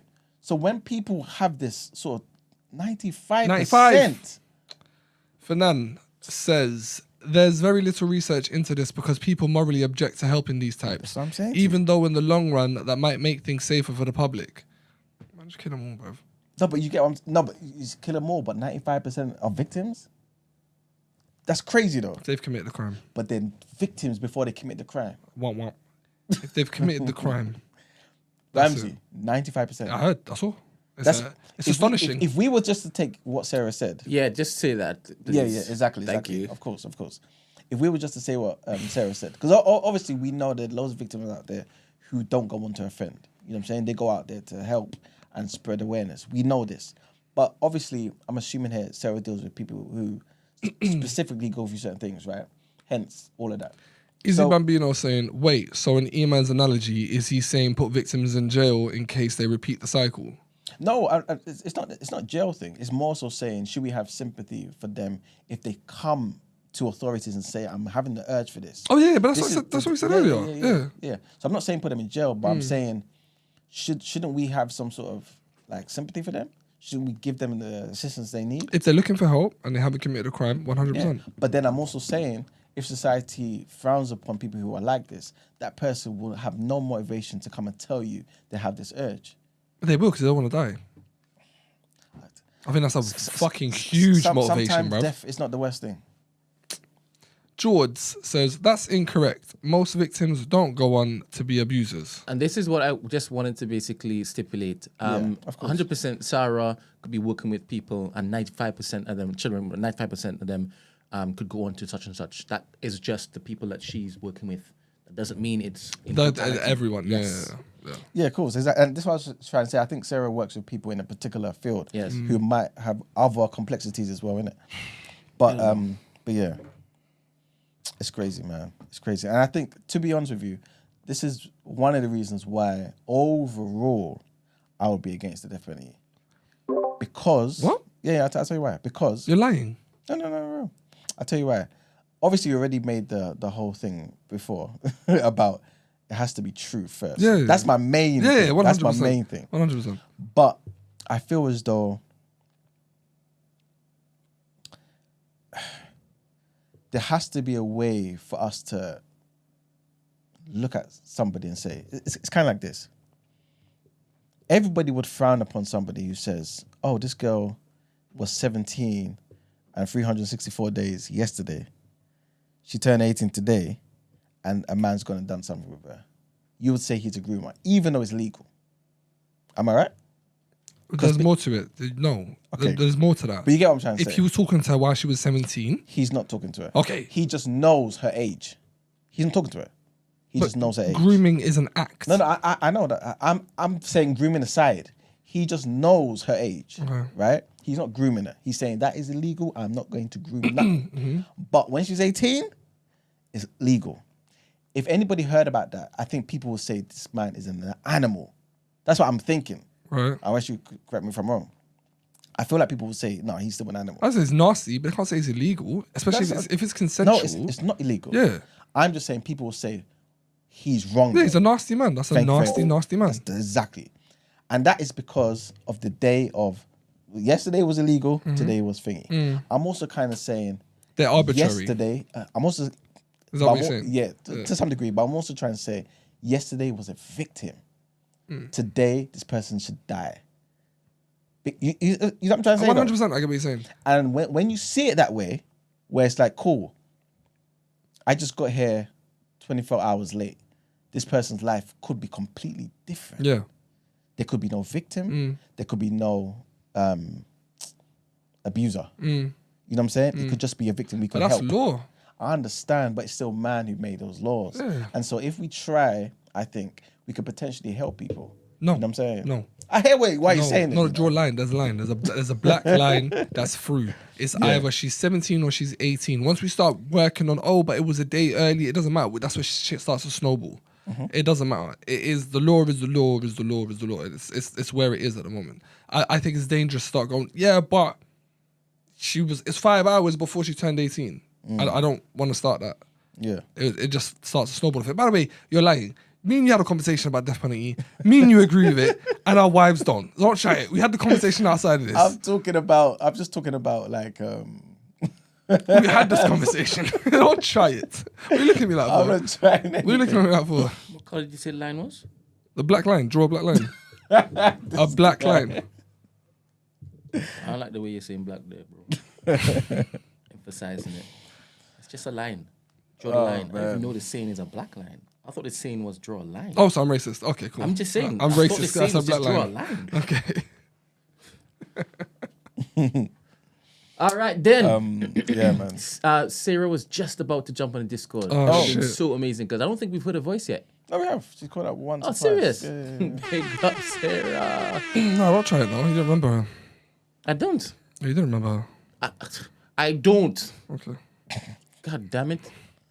Anyway, So what happened? She said no or what? I don't know if It messes up. Sometimes when I try to call by Discord, yeah, you lot are muted for some reason. So I because can't hear. I have to unmute it. Oh, are you unmuted then? No, just now I unmuted it. Okay, cool. When you heard it, beep, boop, like Okay. this noise. I thought that was the sound of someone joining in. No, that's me Okay. unmuting it. Okay. See, like everyone in chat is saying, wait a minute. Why would you wait? Why would you want anything with an 18-year-old, all that sort of stuff? That's what Yeah, I'm we trying to said say that. to We you. said that. We said he's a Yeah. nasty, nasty man. That's exactly what I'm saying to you. Yeah. But he would be able to go scot free. In the eyes of the law, yeah. That's what I'm saying to Yeah, you. yeah. Just based on a law that people made But up. morally, yeah, yo. That's what I'm what are you saying doing? to you. So why is it on the flip side now? when Because you're seeing the you- victim. I understand that the person's Yeah, you don't get tried for being morally corrupt. Yeah, of you get tried for course. breaking laws. Yeah, 100%. Man, it's crazy, man. This world is crazy. But just to as well say, I think even though us lot here are in an echo chamber, there's a lot of people that disagree with us. Oh, There's a 100%. lot of people that I've been in debates with that say death penalty isn't right, and we don't have the right to take someone's life away. Yeah. But I don't. Okay, what do you see in terms of, obviously I know we need to wrap up, but in terms of like the religious aspect of it? Like, how does religion tie into this? It doesn't care. It doesn't to me. It doesn't. It doesn't. It doesn't. Doesn't care. It doesn't to me. Everyone deserves a second chance. Everyone should repent and everything and seek forgiveness. But man, do it after you're dead though. Okay, so if you saw somebody repenting after they've committed the crime, No, you go repent after. no, but they're doing See it God in after. person. No, but they're doing it after. Let's say they've got away with it for 5 years, and they've had the Paul in Damascus interaction. You know what I'm saying? They've seen the light, and it's like, wait a minute, I need to repent. What happens? I think you should see the light again. I think you'd like it. Show them the light again. But they're coming to you. Are you, Too bad. No, you're done. You're Done? finished. Yeah, you're done. It's a Okay, wrap for you. It's cool. curtains. But do you say that way as well? And what? So somebody has been an abuser for, let's just say, 5 years, whatever. But then they change their life. They become born again. They find religion, whatever it may be. And they repent and they've changed their lives. Should that person go to prison? If Or, they've sorry, come and die? admitted to the things that they used to do, Yeah. they should make jail. Okay, cool. So, And they shouldn't complain about it. They should say thank you very much. okay. What about death penalty? No. Okay, cool. You see it as death penalty? Yes. If that person was an activist, And we're talking about nonsense as well, right? That's the only thing I'm talking about. okay, cool. Only thing I'm talking about. I don't give a fuck how long you haven't done it for. I don't care how much you repent. Stuff like I ain't God, bruv. You're gonna get dealt with here in the dunya. And I also think the level of detail shared with us as to the activities affects our decision whether to say death penalty or not. If we hear the graphic detail of how this thing went on and the level of degradation imputed onto the children, I think we have an entirely different emotional response. 100%. But if the person just says, yeah, I had slept with and nothing else, just lock them up. Because No. 100% it's nasty, but I guess I don't have enough information. I don't- Whereas I he don't has need enough. that. Yeah. I don't have enough. I don't know. For example, in certain countries, the legal age limit Exactly. is It's quite different low, to here. yeah. So you will have people going on holiday here, over there, it's Yeah, fine, yeah, yeah. right? But when they come back, you're not looking at them like a pedophile. because they were in a land in which it is what they were doing was legal. Do you I understand? mean, I don't see them as a pedophile though. Yeah. But legally, they're yeah. not seen as a pedophile. You know. So yeah, our emotional response is tethered to how much information we're given and our proximity to the person or our belief, our philosophy on the particular topic. For example, anytime you hear doesn't matter. Doesn't matter if it is the person was 18 and the other person was 16 or 15, and they're in school. You're like, no, pedophile because it's under the age of. It's nasty behavior. You see? But you see it the same. What? 18 and a 15-year-old? Yeah. Yes. And he wants death penalty there. Do you understand? And that, for me, I'm like, no, there's nuance there. That's different to somebody. All the girls in my secondary school used to link up with the 24-year-olds and we were 14. Yeah. Them man are nasty, innit? Yeah, and they will do more. The example I just gave wasn't that. Yeah. That's what comes to my head. 15-year-old, you're how old? You're in year 9, year 10, right? Yeah, But before you year turn 10. it off, Black Rob said chemical castration, which, yes, is good if they've come to me for help before committing a crime. Okay. I agree with that.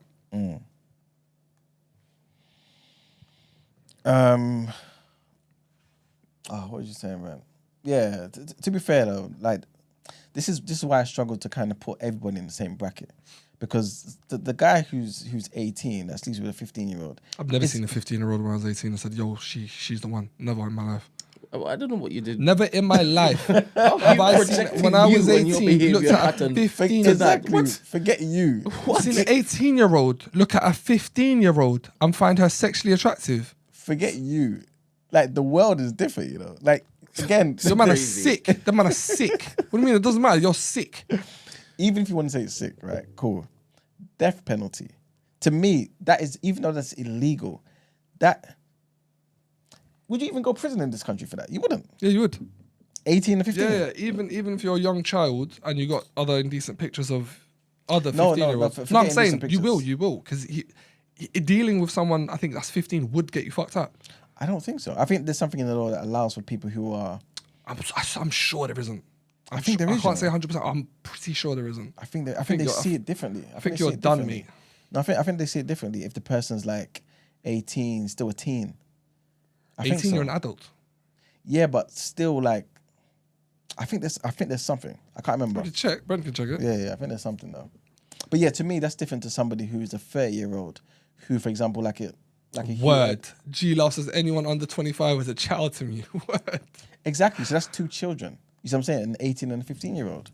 No, but she's saying it based on her perspective. Yeah, to her, that's what I'm trying to say. But to she's you. not fucking with a 20. No, of course She's fucking not. with a 25-year-old, let alone a 15-year-old. No, 100%. But what I'm trying to say to you is, would G-Love, would she have seen it differently if she was 15 and her partner was 17? No, that's not what you said. You said 18 and 15. 18 then. Another year. Ask G Love. Ask her. G-Love, would you see it differently? When you was 15, would you have said the person who's 18 who's looking at you in college, yeah, is a pedo? Would you have When seen you're it that way? 15, it's a different. When you're 15, you're seeing an 18-year-old, you don't know what's going on. Your brain's moving mad. But an that's what I'm saying to 18-year-old you. is slightly more mature. Slightly though. Yes. Still in but it's not an college. adult. I'm talking about the law, bro. I'm talking about that. You've committed a crime. You're arrested. All right. Okay. Hold on. Prof. Is it? Okay. So she said, we don't. Okay, what did she say here? I wonder how people feel about them vigilantes that get a decoy and meet up with the pedos. I've seen loads of their videos. I'm conflicted, right? Seeing a paedophile get slapped up is fucking jokes. It will never ever be old to me. Seeing a paedophile or a racist get punched up will never get old to me. But them getting involved with the active paedophile and messing up the police's work is not. It doesn't help the police. I think she may be talking about the entrapment aspect of it. Yeah. Because they haven't done nothing yet, but then you've kind of lured them in. But it does something to the police where they can't use what they've done as evidence. Listen to the question I'm asking. It's different than what you're responding to, I believe. Okay. The morality, the ethics involved in the person's minding the business, and you've gone to create a profile. Yeah, I've seen it. Stacey, not Stacey. Huh? Who was it? To catch a predator. No, the Who said person it? on TDA history. I can't remember who it was. Okay. What? you talking about? Sanka, okay, what? Sankara Gate. What you talking about? No, the first ever gate. Oh, Sheila Gate. Shayla! Oh, Shayla. Okay. Oh, so someone catfished. Pretending to be somebody else to basically lure people in and then say, gotcha! Yeah, Yeah, but they would usually be like screenshots of them. I'm 13. And they'll be, no, it's all right. So then they'll meet up with them and say, yo, boom, what you doing here? They go, oh, no, I'm just here to do some shopping. And they go, oh, you here to meet up with a 13-year-old boy? They'll be like, nah, they'll be, I've got the message here. Is this your number? They go, yeah. And they just get slapped up. How do you feel about that, Emmanuel? The enchantment aspect of it? I think it's disgusting. The whole thing, though. Like, Was in dangling the carrot? no, but why What's disgusting What do you about mean? it? What do you mean, bro? Yeah, which part? I dare someone to dangle a fucking 15-year-old carrot at me, That's what bruv. I I'm trying to said, say I'm to blocking you. Don't That's- fucking that's mess what I'm with me. saying. Why? It's To get them. disgusting. Let's get them. You fishing. They're fishing. They're fishing for these nonsense. Yeah, I don't mind. I don't like the fact that it fucks up the police, but punch up a nonce and punch up a racist. Yeah, 100%. But yeah, like those people who are getting entrapped by like 13-year-olds. What's going on here? Oh shit! Black Rob said, "I have no moral issues in entrapping PDFs." Yeah, word. I saw get one. it. I get it. Bruv, the nonce was 8 foot tall, some huge Donny. Yeah, he fight but back? he fought, but there was 3 of them, and they were like short, but they're all skinny. Yo, shout out to them, man. Them man stood their fucking ground. They all, but he was pummeling them as well. But the video was wild. They were taking the punches. They were fighting them back. He was fucked at the end of it. Shout out to them. Shout out to them. They did back down. Huh? Heroes don't wear capes? Heroes don't wear capes, bruv. Word. They got phones, smartphones. There's one in particular, right, who does that. Very notorious, right? Vigilante and them things there. I find out he's racist. Oh. You know what? I'm conflicted.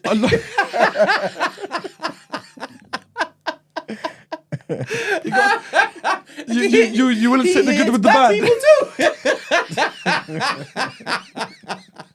He hit black people too. Go do God you do. damn it. Just don't talk to me. God damn it.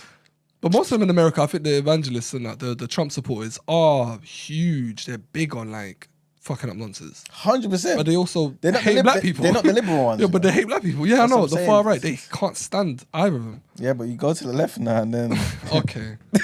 Okay. All right. Okay. So you.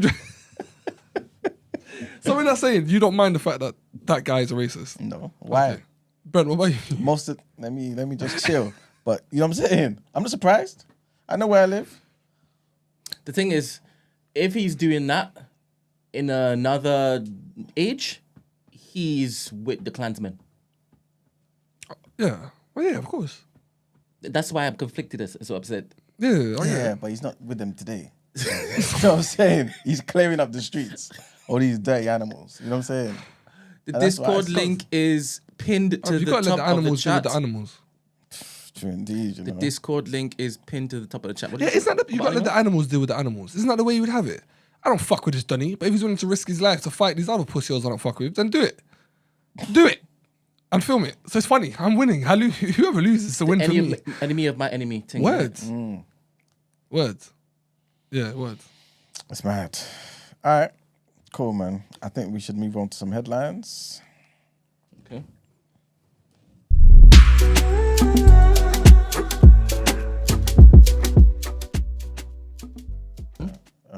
Petition. All right, people. The chair of a Metropolitan Black Police These black, Association. sorry, Marion. These black screens keep popping up. Why are you I saying the have word to black like that? Sort it out. I'm allowed to be honest. I have permission. What is this? Permission. Haters. My 4K said Drake in the chat is furious. Here we go. All right. So the chair of the Metropolitan Black Police Association is facing possible dismissal from the force after allegedly sending and receiving misogynistic, racist, and violent messages. Oh, man. Inspector Charles Ehikioya is accused of inappropriate WhatsApp messages between 2017 and 2020. He will face a 5-day public misconduct hearing on the 6th of January. The statement said that between 2017 and 2020, Inspector Ehikioya is alleged to have participated in a WhatsApp chat with a police constable in which there was an exchange of messages and media items. During the WhatsApp chat, it's alleged that he sent or received messages alleged to be inappropriate. The alleged messages and media are said to be misogynistic, racist, violent, and otherwise inappropriate.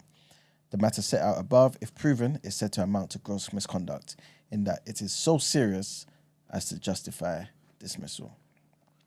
Next headline, trigger warning on this, guys. And a court has heard that a Metropolitan Police marksman may have been angry, frustrated, and annoyed when he took the decision to shoot to kill Chris Kaba. Can you imagine?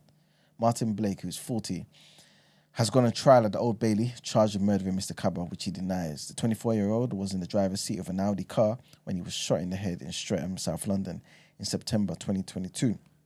Prosecutor Tom Little KC told jurors that Mr. Blake's decision to use lethal force was not reasonably justified or justifiable. He also told the court that the defendant did not know the man he shot. What he was thinking at the time, only he knows. But you may want to consider in this case whether the requests that were made to Chris Kaba by the police that he did not obey caused the defendant to become angry, frustrated, and annoyed.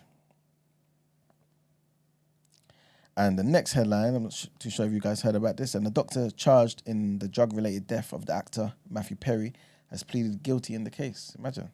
Dr. Mark Chavez changed his plea to guilty in the LA court to a charge of conspiring to distribute surgical anesthetic ketamine. Chavez, who's 54, operated a ketamine clinic and sold ketamine lozenges to Dr. Salvador Plasencia, who supplied them to Perry, who's a star of Friends. In his plea agreement, Chavez admitted that he obtained ketamine from both his former clinic and a wholesale distributor through a fraudulent prescription. This is what the records show. And then, he's basically one of 5 people charged in Perry's death, man. And that's it for our headlines. Time to pay them bills. So let's get into the rotation. Go.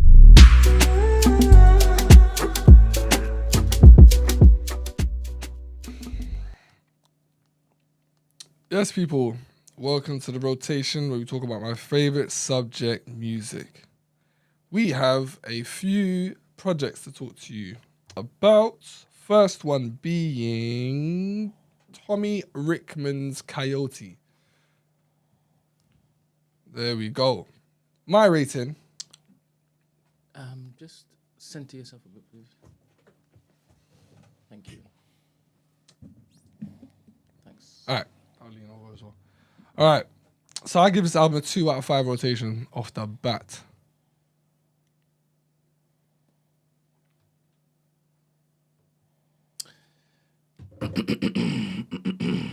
E-Man, did you listen to the album? I didn't get a chance to do No? this one. Nah. Brent? I gave it 1.5. Oh, All right, serious? cool. You know what? Here's my issue, yeah? And the reason I done it was, one, I don't really... Like, Devil is a Lie is a good tune, whatever. And the other one, $1 Million Baby, was huge, right? This year. But there wasn't really that many albums. So I thought, you know what? Since this guy's got a spotlight, let me give his album a listen. The issue I have with Tommy is the production, I think he's the producer as well, was actually quite good. Issue is he can't sing or rap very well. Okay. But he's still, from what I believe, he's still in his infancy in regards to his music career. It just wasn't it. I liked, what was it? I didn't even write down what I liked. I liked towards the beginning of the album, I believe, Elephant in the Room. There were a couple songs on there that had a little bop to it. It was a conceptual album. He was kind of in a therapy room, and towards the end of the album, he disclosed that he had an issue with his dad. I think he said he slapped his dad in the face. It was a wild thing to put on a track. But all in all, it wasn't mixed very well. And it just wasn't, there wasn't anything. He's still young. I feel like the vocals were way too low. And it just sounded distorted. It just wasn't it. I just didn't really thought I'd give it much time. What do you think? Is this guy somebody who's put something on TikTok and Yes, it's gone viral? what's the song?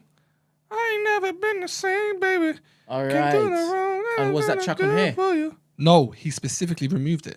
He removed that one and Devil is a Lie because he said he wanted it. Well, to me, it seems as though he wanted this album to stand on its own. He didn't want it to lean on his previous work, which is commendable. Let's but, try. But unfortunately, unfortunately, it didn't really do much. Yep, back to the drum board, sir. There's definitely I see something there though. Production wise? Yeah, I really like the beats. It had this whole kind of funk kind of south kind of vibe to it. I don't think it's a total piece of shit, but it just wasn't. And he released it too quick, to be honest. His hit song only came out this year, so I feel like he needs more time. I understand making the most out of the momentum, but he should have just done a J Electronica and just kept on dropping tracks here and there and everywhere. Only J Electronica could do that. Right, relax. J Electronica still hasn't dropped an album by himself. Let's not do that. Doesn't need to. Let's not do that. Man relied on Jay-Z's crutch He's one of the very greatest much. writers ever. Okay. And I think this speaks to the importance of good executive producers or whoever is on the label that he's signed to that's responsible for putting stuff out.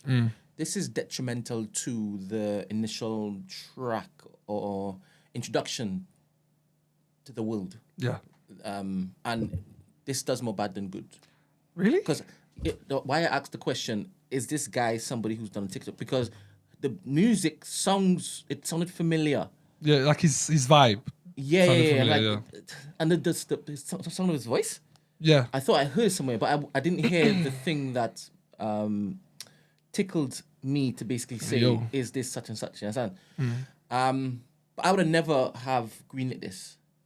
If I was in the room and I was responsible for whatever goes out, project-wise from him, I would have never agreed with this. Let's give him some credit though. The fact that his song blew up at the same time Drake and Kendrick were doing their thing that's a feat, and I genuinely don't think It's a song on his album. No. What are we talking about? I'm talking about him. We're talking about this project. I'm still talking about him though. I'm still giving him credit as an artist. You gave him a 2. Huh? Yeah, definitely give it. Yeah, 100%. Give the album a 2. Yeah, go on. Yeah, 100%. Sing the praises But again. Go on. he definitely deserves it. I can't see who signed with, but yeah, I think it's only upwards for him. Just work on your shit. Just relax and work on your craft. It's too soon. It's way too soon. Next. All right. Is Mr. Nina himself, Nines, Quit While You're Ahead. Oh, sorry. 3 out of 5 on first listen.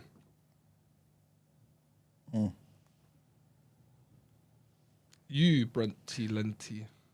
First listen, 3.5. Okay. This could grow. Yes. Pause. Yeah. 100%. I love the fact, although I don't believe him, he's not going to rap anymore. This is his Why last. do you not believe him? Because any rapper that's ever announced his retirement has come back. Jay-Z, Joe Budden, everyone that's ever said, I'm stopping rapping, has come back. So, Joe Budden came back? Yeah, he came back as Rage Against the Machine. Sorry. Or Rage in the Machine. No, or since whatever. he's basically said enough is enough, I'm a podcaster. No, he said it before. Oh, I don't. He's basically, my point You're is saying like, this yeah. is his first time he's saying this. He's bound to be. Yeah, Because he's still young, 34. And he's loved. We're talking about Nines. He's loved. Maybe there are other reasons attached to why is he saying he's out. He's just making. He says he wants. Well, based on what I heard from the album, is that he just wants to concentrate on his family. So he's done with the whole music. Fair. Thing. And to go out like this on your 10th album is nice. I don't think that's a bad way to go out at all. Okay. I mean, the whole point of it is quit while you're ahead. I mean, he's done what he's done. He also released Crop Circles. I don't know if you saw it. I don't know if you watched it. It had Billy the Goat, Alhan. Who else? It had that couple comedians.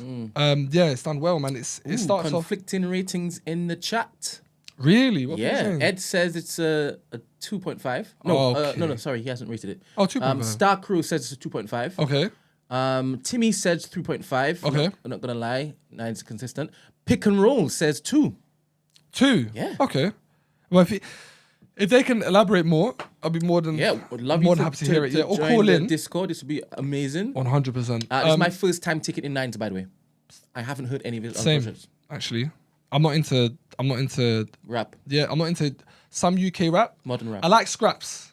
I like scraps, and I like Scraps is very, very, very, very, very, very, very nice to listen to. bomb.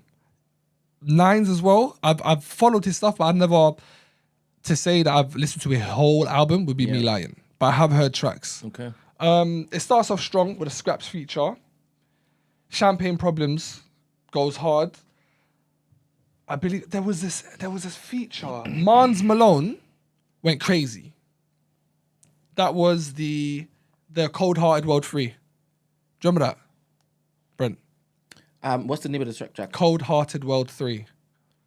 Very nice. Bro, Mans Malone killed that shit.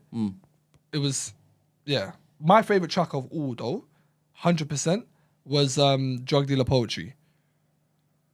Okay. That was, I think that's my top track. But yeah, Champagne Problems, Cocoa Butter, Gran Turismo. I like Gran Turismo. Gave a little Larry June, but I like that. I didn't like Millions. We've got Discord contributors. Hey. Let's see what we have here. That's the noise. Let's see who comes up to join the chat. Good morning, Ed. Morning, you hear me, yeah? Yes, we can hear you. Are you a normal Nines fan? Do you listen to his music? Do you take him in? Are you qualified to talk on this more than us? Yeah. I listen to Nines a bit. Yeah. How much do you give it? Me, I was giving this one I'm somewhere between like 3.5 and 4. I'm like, yeah, somewhere in that realm. Okay. Now, to be honest, to be frank, right? The first track, I was like, Champagne. Is that the first track? Champagne Problems. I was like, the intro. You mean the intro? Yeah, intro. Yes. Okay. Yeah. That's what I meant. The first track. What do you think I'm going to talk about? Hold on a minute. God damn it! I was like, I don't think I'm going to like this, right? Because it didn't start off interested to me. But then when it flipped to track 2, I'm like, all right then. Beats there. Yeah. Lyrics are there. All right. I was hooked. You can't go wrong with scraps. I said first track. No, I know. So when I press play, the first thing that comes on is what I'm talking about. But Ed was like intro, so I'm just. He knew what I was talking about because I said first track. Cool. Okay, cool. Ed, what was the standout tracks for you? So, the Champagne Problems, love that one. Millions with Northside Benji. That was hard. He's alright. Yeah, I didn't like that at all. He's alright. And Mans Malone, Cold Hearted World 3. Those 3 were my favorite ones. Okay. The song Pray For Me wasn't finished. There was a part where it just skipped. I don't know who his engineer is, but I don't know if they can do it retrospectively, but that song wasn't mixed yet. It wasn't mixed and mastered. And that really annoyed me because it took me out of the world that Nines was trying to put me in. But yeah, I can't hear it. Huh? No, yeah, I can't hear what you're saying. Yeah. But yeah, Drug Dealer Poetry for me is fucking number 1. That's my top favorite track of the whole album. That song is hard. Nice. That's the one that right at the end. I didn't make my list. No. So it wasn't as hard for me. Okay. What was your favorite tracks? I've put down Champagne Problems, nice. Cocoa Butter was nice as well. Straps' verse, really feeling that. Cocoa Butter, nice. Tony Soprano 3, beat is nice. Okay. Cap, beat is a banger. Remember, I didn't mention anything other than beat, right? Oh. So I felt that a lot of my favoritism towards this particular album is because the beat, the start point was pleasurable. You're not a fan of his cadence? I didn't say any of that. Oh, How did you fill that in with what I said? You just said it's the beat. Yeah, you heard. I like the beat. I'm walking you I like through it. I'm walking you through it. Okay. So the beat gingered me nicely, and I'm thinking, just don't ruin it. And he didn't. Okay. Cool, do you understand? Yeah. So sorry, I Piers Morgan you. Sorry. Lovely. That's okay. Johnny Cage, banger. Cool Hearted World, nice. Line of Fire Part 9, what a banger of a beat. She's like, yo. And I said, who's the woman? Because her flow was patently different than the rest of them. It wasn't good. It was hard to basically. Bro. Oh, you mean Shaq? Yeah, I don't know who it was, but it was hard to basically. The only girl on the because track. she deliberately came on and decided to basically disrupt it. Yo, that foreign guy. That's kind of a thing, though. Yeah, that is kind of a thing still. Okay. No, whether it's a thing or not, it didn't bang. The last guy on the track, though, Ed and Brent, the foreign guy when he was rapping in what sounded to me in Holland, in Dutch, crazy. Yeah, that was. Did you understand what he was saying? No. But then he jumped from that to English. He didn't just rap in Dutch. Yeah, I was going to say, it's back and forth, yeah. Yeah, you put your hands Because I remember when it is Daniel's Daniel's giving you solid bangers for put you on, and you're saying, well, I can give this a 2 because I can't understand what he's saying. And And now I've never done. you I've never speak done. No, fluent you're Dutch? wrong. That's incorrect. The last thing that Danielle gave me, which was a South African, capped it. I said it was 4, 3, 3.5, Did not 4. say 4, bro. Let's go back. Everything, the evidence is there. All right, thank you. I'll clip you up. Either 3 or 4. No.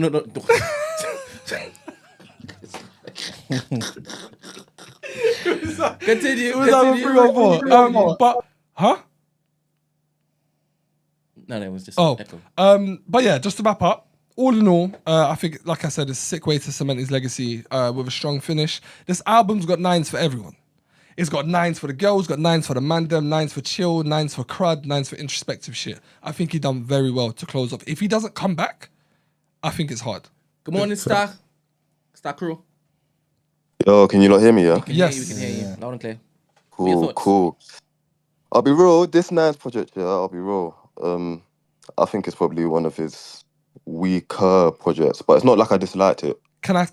It's one of his weaker projects. I bet you're a 9s fan, right? Yeah, I listened to Nines, innit, and I just feel like he hasn't really got anything else to offer. I've heard, because I heard a lot of people that follow Nines proper from his mixtapes, they didn't like the album. Yeah, he ain't got anything else to offer. I'll be so real. He ain't got anything else to offer. If you like Church Road from Church Road, yeah, you ain't gonna like this album.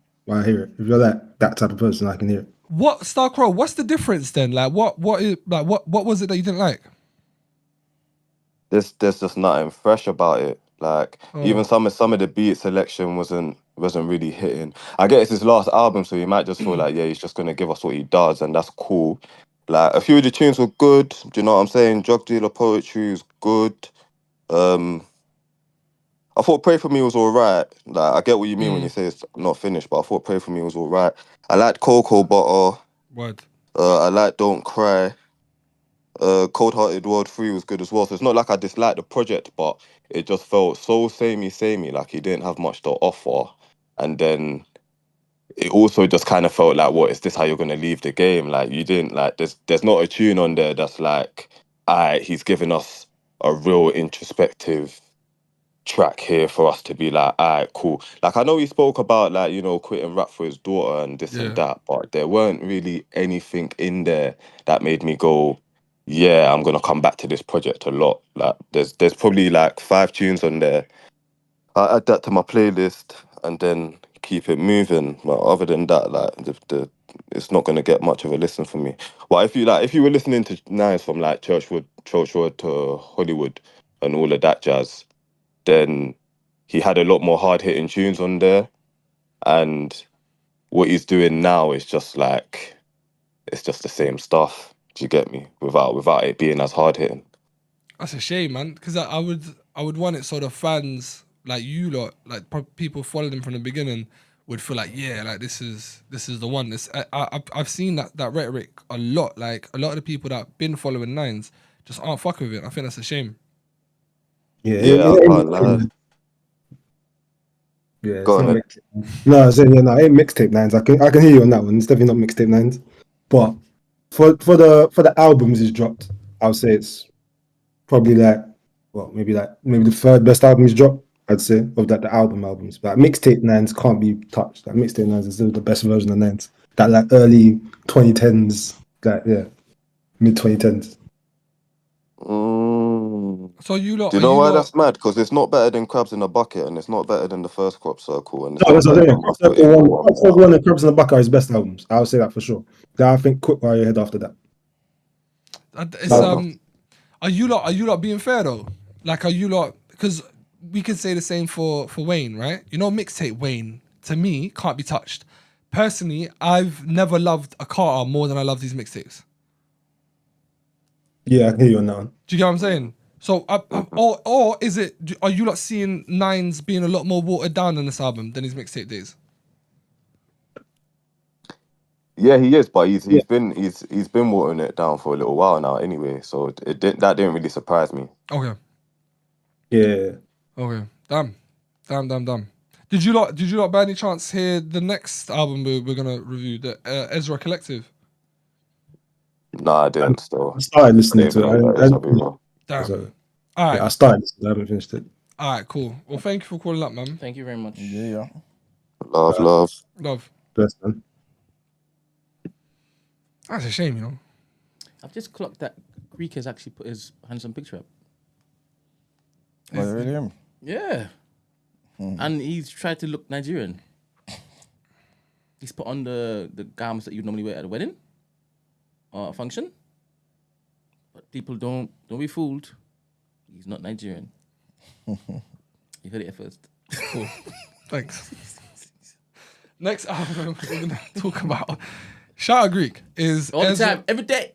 Is Ezra Collective Dance. No one's watching. Straight fucking give this shit 4 out of 5. Okay, so I think I'm going to agree with you, but I have my reasons. Okay. So this is the third album of this Mercury Award-winning band. All the band members hail from London. Bro, I don't know what to say, man. Did you get a chance to listen to it, Emmanuel? Yeah. You did, yeah? What do you rate it? Probably say the same, 4. 4. Bro, these men are fucking talented. This album, I can't imagine showing this album to anyone that listens to most genres, i.e. jazz, rap, and them not fucking with this. Them not finding a track to fuck with. Yeah, of course. What did you just say? Yeah. What? This He just said, out to the 19 tracks, right? I can give it to anybody and they are bound to find one that they like. Yes. However, you can't do that with a 9's track. What kind of... You can do that You can't do that with a 9. Any flipping 19, Are you 19 song album. Are you dumb? You stupid. You tell me you can give 9's album to anyone on road and they'll find something they'll like. No. I'm saying this is a testament to how... Who are you looking at me like for? Universal it is? No. So what do you... How eclectic their sound is. Each song gave something for every different type of person. I don't know about that. Cool, call it disagreement. Don't start going and chatting shit. This album No, was I sick. even believe you can give this to quite a few people and they're like, yeah, where are the lyrics? But there are Where's the songs with singing? lyrics though. Is this just an instrumental? No, because there were songs with lyrics as well. That's what I'm saying. Only a couple. But It's more than a couple. there are a couple one with flipping song singing on it. Maybe 3. That's not a couple then, is it? Out of 19 That's tracks. not a couple. Couple means 2. What the fuck are you talking about? Sorry about the semantics here. Yeah, there we go. What? Chatting shit. You said a couple. Sorry, I'm listening to English words being said in my ears. I'm responding. Yeah, never mind. You're right. This guy. I really, really like this album. Obviously. Palm Wine, too fucking smooth. God Gave Me Feet. Listen, Yeah, that's nice. I need to hear these songs in movies. Do you understand? Do you hear the words that are coming out of my mouth? Yo, featuring Yasmin Lacey, God Gave Me Feet for dancing. Amazing track. N29, another one. My favorite track by far though is Ajala. You know the track where it starts and the guy's like, yo, stop. Yeah. Or you don't need to clap. That song is crazy. Brent, what are you saying? Miss Lisa, if it is that you can make your way to the Discord, once it is we finish the rotation, you can touch on what it is that you want to touch on before it is we push on. There's no problem. Seeing that you've never come on the Discord before, so we'll allow the fact that we've moved on from the conversation. Please make your way to the Discord and you can introduce your thoughts on whatever topic you want to talk about. Sorry, Ramsey, ask me the question again. What are you saying?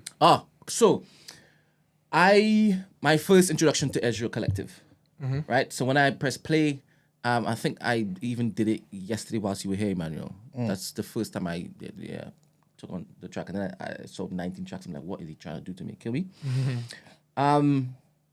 So obviously I was now listening to it in the background whilst I was doing what I was doing, and I quickly realized that they are British. Yes. Big marks for that. Yeah, right. that's why I did them. It had to be Because added. weirdly enough, I'm hearing this and I'm not thinking London. Yeah. And it's weird for that to happen Yeah, I get because you. there are musicians everywhere. Yes. Right? But a collective like this to capture songs in the manner in which they even had a couple songs that you hear in church, right? But what they did to it, all you needed to do was get up and dance. Fuck. Right? It spoke directly to my spirit, my soul, my joy. Yeah. Every single aspect of the instrumentation was just beautiful. It was just amazing. And so I told myself, I don't mind that there's no singing here. You've given me an instrumental project to listen to. this isn't an instrumental project. This is the offering. This is the offering. And I'm like, this is beautiful. This is utterly beautiful. Now I wanted to find out how many of them were black. Do you understand? First introduction to them. And yes, this is what ran through my mind. Because I'm there thinking, wow, maybe I can get them for the live show. I was thinking This is what was in my head. that as well. Do you understand? Yeah, I was thinking that Because as well. this will be amazing. We Why? can sculpt a bloody movie Yes. I was saying. with these people. But where did you get to? Then I saw there was diversity and inclusion in the ranks, right? But I wasn't swayed because I'm for that. But you can't say, no, wait, stop. No, stop. You can't. Case in point. No, you're not. Don't point at me. Stop. You can't say, I didn't see how many of them were black and then go, oh, but then there was diversity. What did I say that was wrong? I was curious as to what they looked like. You seem disappointed that there was diversity. That's what the implication I got. Sometimes it happens, to be honest. If I have an image in my head and I go and I see a different image, I'm like, it didn't match up with what was in my head. Oh, okay. And then I fall in love with what's in front of me now. Okay. Because this is what has gingered me. I now have to update my system. And this is how I grew. And this is how I'm always different than Emmanuel. Because upon him seeing that, he'd be like, shit. I'm like, all right, this is the new. You understand?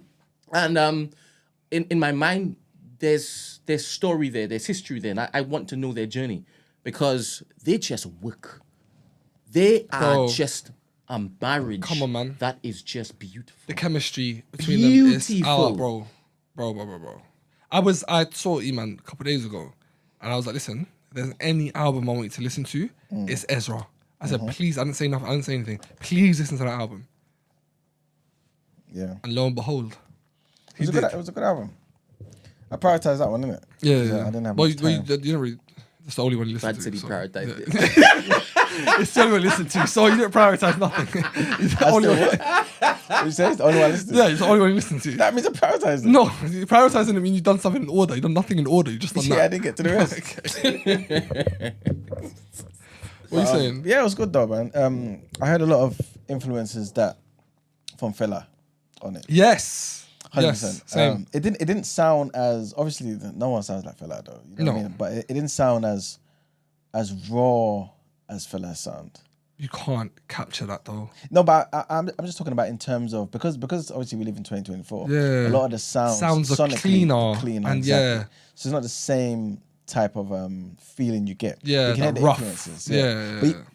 But at the same time, even the feel, and this is why musicians, the elite musicians, they know all about the timing when it comes to certain things. Like even the drums, like one of the things that made Fela's music so groundbreaking was his drummer, Tony Allen. He's one of those who's probably you would say is like one of the creators of Afrobeats, right? Okay. I could hear that influence. Tony Allen, yeah. So a white or black guy? Oh, he's a Nigerian, 100%. Okay. Come on now. Okay. Come on now. But yeah, his drum patterns. Huh? his drum pattern is basically what I'm hearing on this. You know what I'm saying? Yeah. But not as, it sounded a bit more rigid than obviously his. You know what I'm saying? But anyway, it's not about comparing the two. Yeah, it's crazy you're comparing it to. It's just me saying I can hear the influences. Yeah. But it didn't take me all the way there. You know Okay. what I'm saying? But at the same time, why would it? Because it's a new project. It's a different project. You made it's it more worse. modern. You know what I'm saying? But yeah, it was good. It was enjoyable. Is this your first time listening to Ezra? I've heard Ezra before, but it's my first time listening to an album, like a full project in full. But I've known about them for a long time. Quite a few of them are from South. And I think I've got friends that are friends with them, maybe loosely. So I've known about them for a while. Yeah, can you make a connection? Not strong enough. I can always do what I can. Then, bro. Say you'll try. Can I speak? Say you try. Can't speak. I always try. Rate yourself, bro. I always try.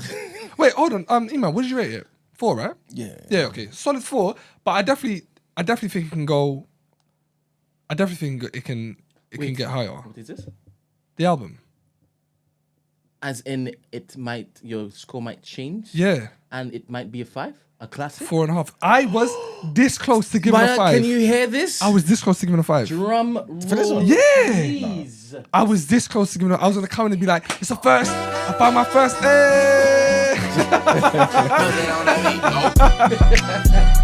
This album. Listen, man. It's gonna have to be another gift to the studio, bruv. It's gonna have to be another gift. I think it would have to. I have to. I'm gonna get this for the studio. It has to be here somewhere. I fucking really enjoy it. It qualifies, 100%. Yeah. It needs to be here. Another London or English act. They're fucking amazing. Black British. Another. Can I say the word black now? Of course you can, because Okay, cool. you're talking about black men. Okay. and a white guy.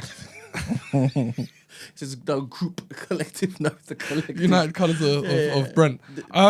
Yeah, I just love the album, man. There was songs that like, if an album can evoke emotion and evoke memories, and that's what this album done for me.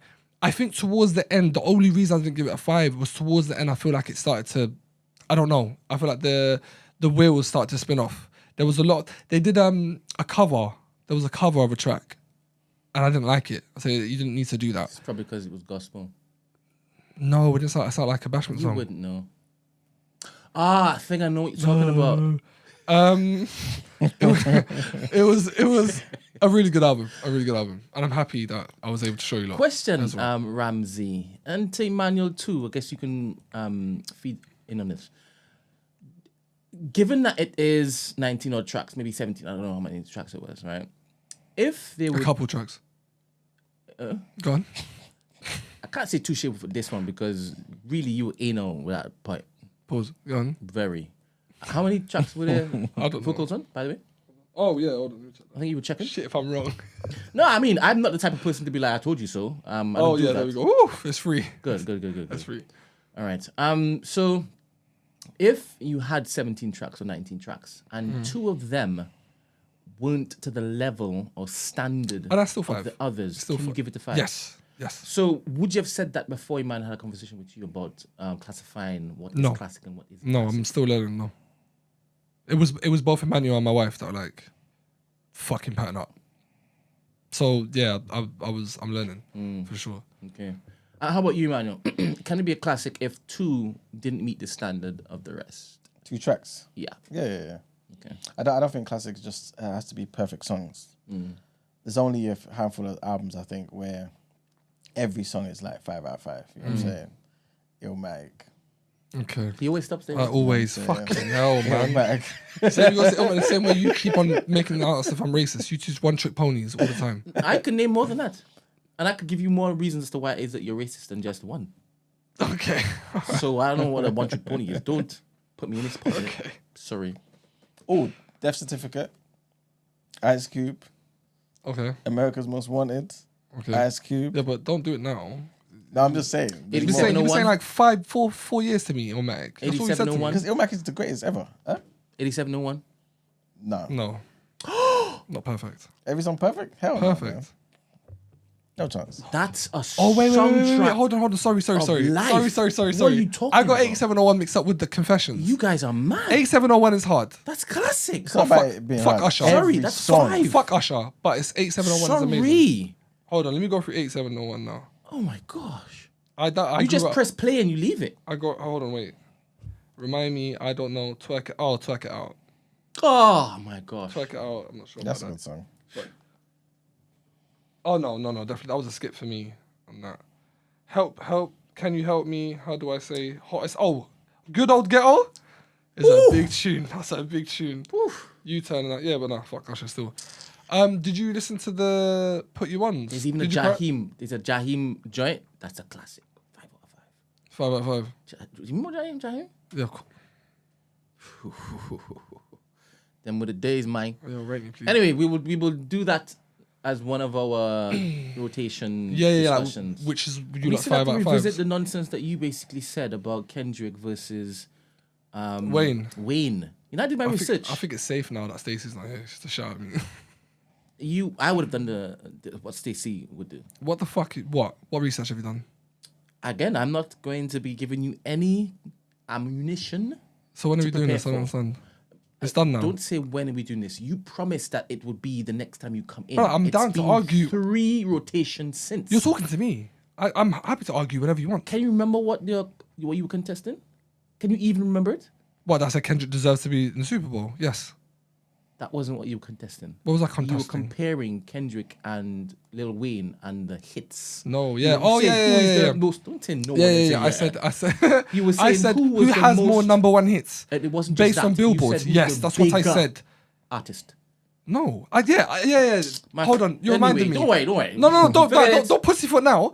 You're you're denying pussyfoot. I don't everything. remember, bro. I'm dealing with shit. I'm doing shit outside of work. I'm like, Sorry, Brent. bro. You're going through some well, stuff. I didn't know that. So I said, who's more the household fucking name? Do you understand what that means?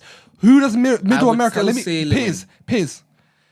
Who does the white folk in America know more? Was it Kendrick or Wayne? That was the catalyst for the arguments having with Stacey. They're not gonna bring Wayne up. I'm guaranteeing. If you go to a white woman now and ask her, who do you know, Kendrick or Lil Wayne? She's gonna say Kendrick. That can't be your argument. If I go to one white woman, like who would... Middle America, who was most That still known? can't I didn't be- say who was a better rapper. I'm saying who's a more known artist. Anyway, I made my I did my research. I brought it to the table, and I was waiting patiently for you. I'm telling you, what I have here, which has done your dance. Lil Wayne wins over every single metric that basically... Except for number ones. Except for Grammys. Every single metric. And except for Grammys, right? All right. Okay. All right, then. All right, so we done with the Ezra? Yeah, man. Shout out Ezra. Fantastic. Yes, we got to get them involved in something, somehow, We definitely some do. way, inshallah. I'm going to try to make that happen. If they're in London, they can be got. They can be got. Oh, sorry. Let me Yeah, go you're not first. finished, my Sorry. friend. Sorry, I got lost. Got lost in the sauce. Let's go for the Mac Ayres featuring Jordan Robertson, Under. Okay.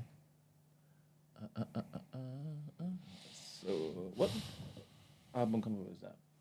What's it look like? Oh, the Donny, the white. Sorry, blue and white background with the clouds.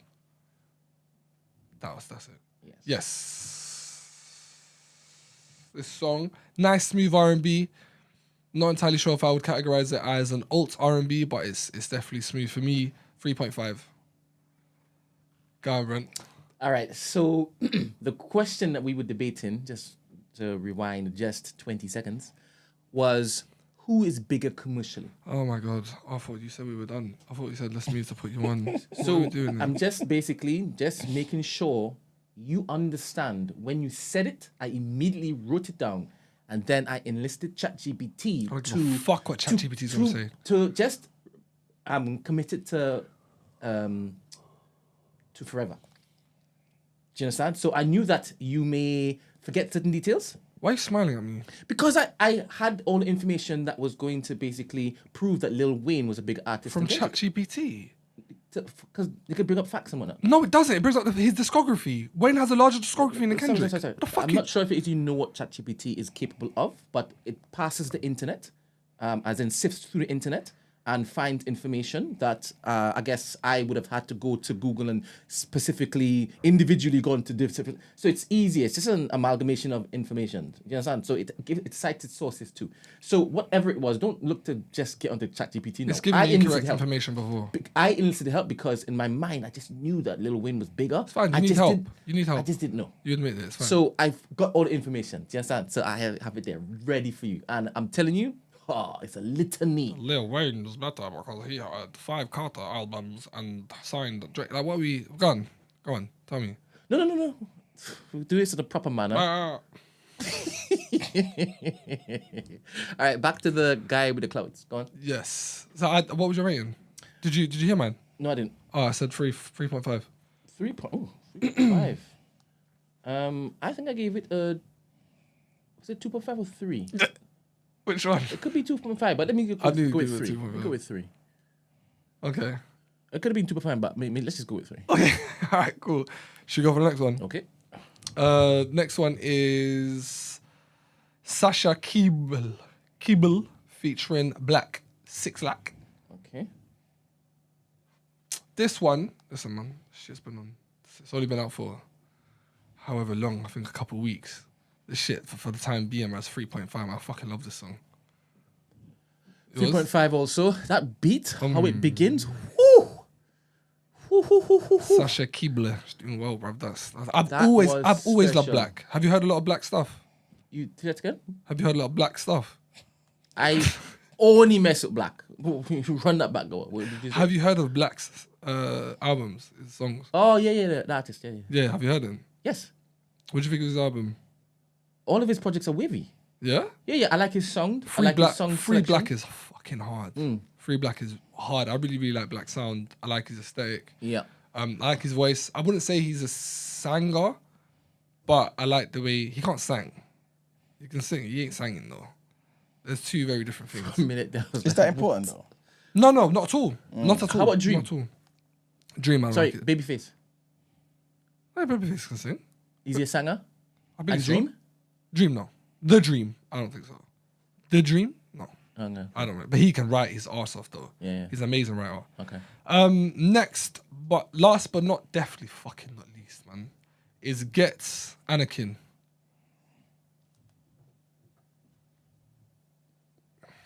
This was from his latest album. This, I wanted to send it with another song because the way this song transitioned into it. the... Oh, my fucking days, bro. 4. Give it 4. Immediately. Ghetts didn't even have to go on his crazy shit. You know when he starts spitting proper? Like when he starts moving mad. Brent, I'm looking at you. You still looking at ChatGPT? No, I'm just putting up the Oh, okay. graphics. Ghetts just was mad monotone. I don't want to have to go where I got to tell man bring a piece. Like he's He's one of the greatest bro. that we've ever Top exported. 5, if not top 3, bro. Ghetts is listen. No one top can three? touch him. top Ghetts, Yeah. No one could touch him lyrically. bro. Talk to me. Do you know how Talk many to me. Ghetts bars I got in Who here? Can, Just who can talk to him? like I got and it's not just the lyric; it's the venom. yes, You bro. want to clash? I'm outside of Do your mate's not house. Roll up to Bruv. Ghetts' yard. Pescatarian doing up stakeouts. Man's best friend, your dog's dead. I put my pee on your dog's head before I ever put my money on a greyhound. He's fucking hard, bro. I see dead people. Talk to him. Days, bro. Talk to them, Ramsey. Listen, Ghetts is the fucking truth. You know how long he's been in the fucking game for? Man said, what did he say in the song? The same song. He said, I'm asking him about what? They said they couldn't market him. He said, 05 ghetto. He said, don't worry, Trump ain't the only one that's pardoning. He said, I'm gonna give you a bowl full of letters, yam all of them. Oh, Like, right. it's fucking hard. Like no one, he started naming like streets.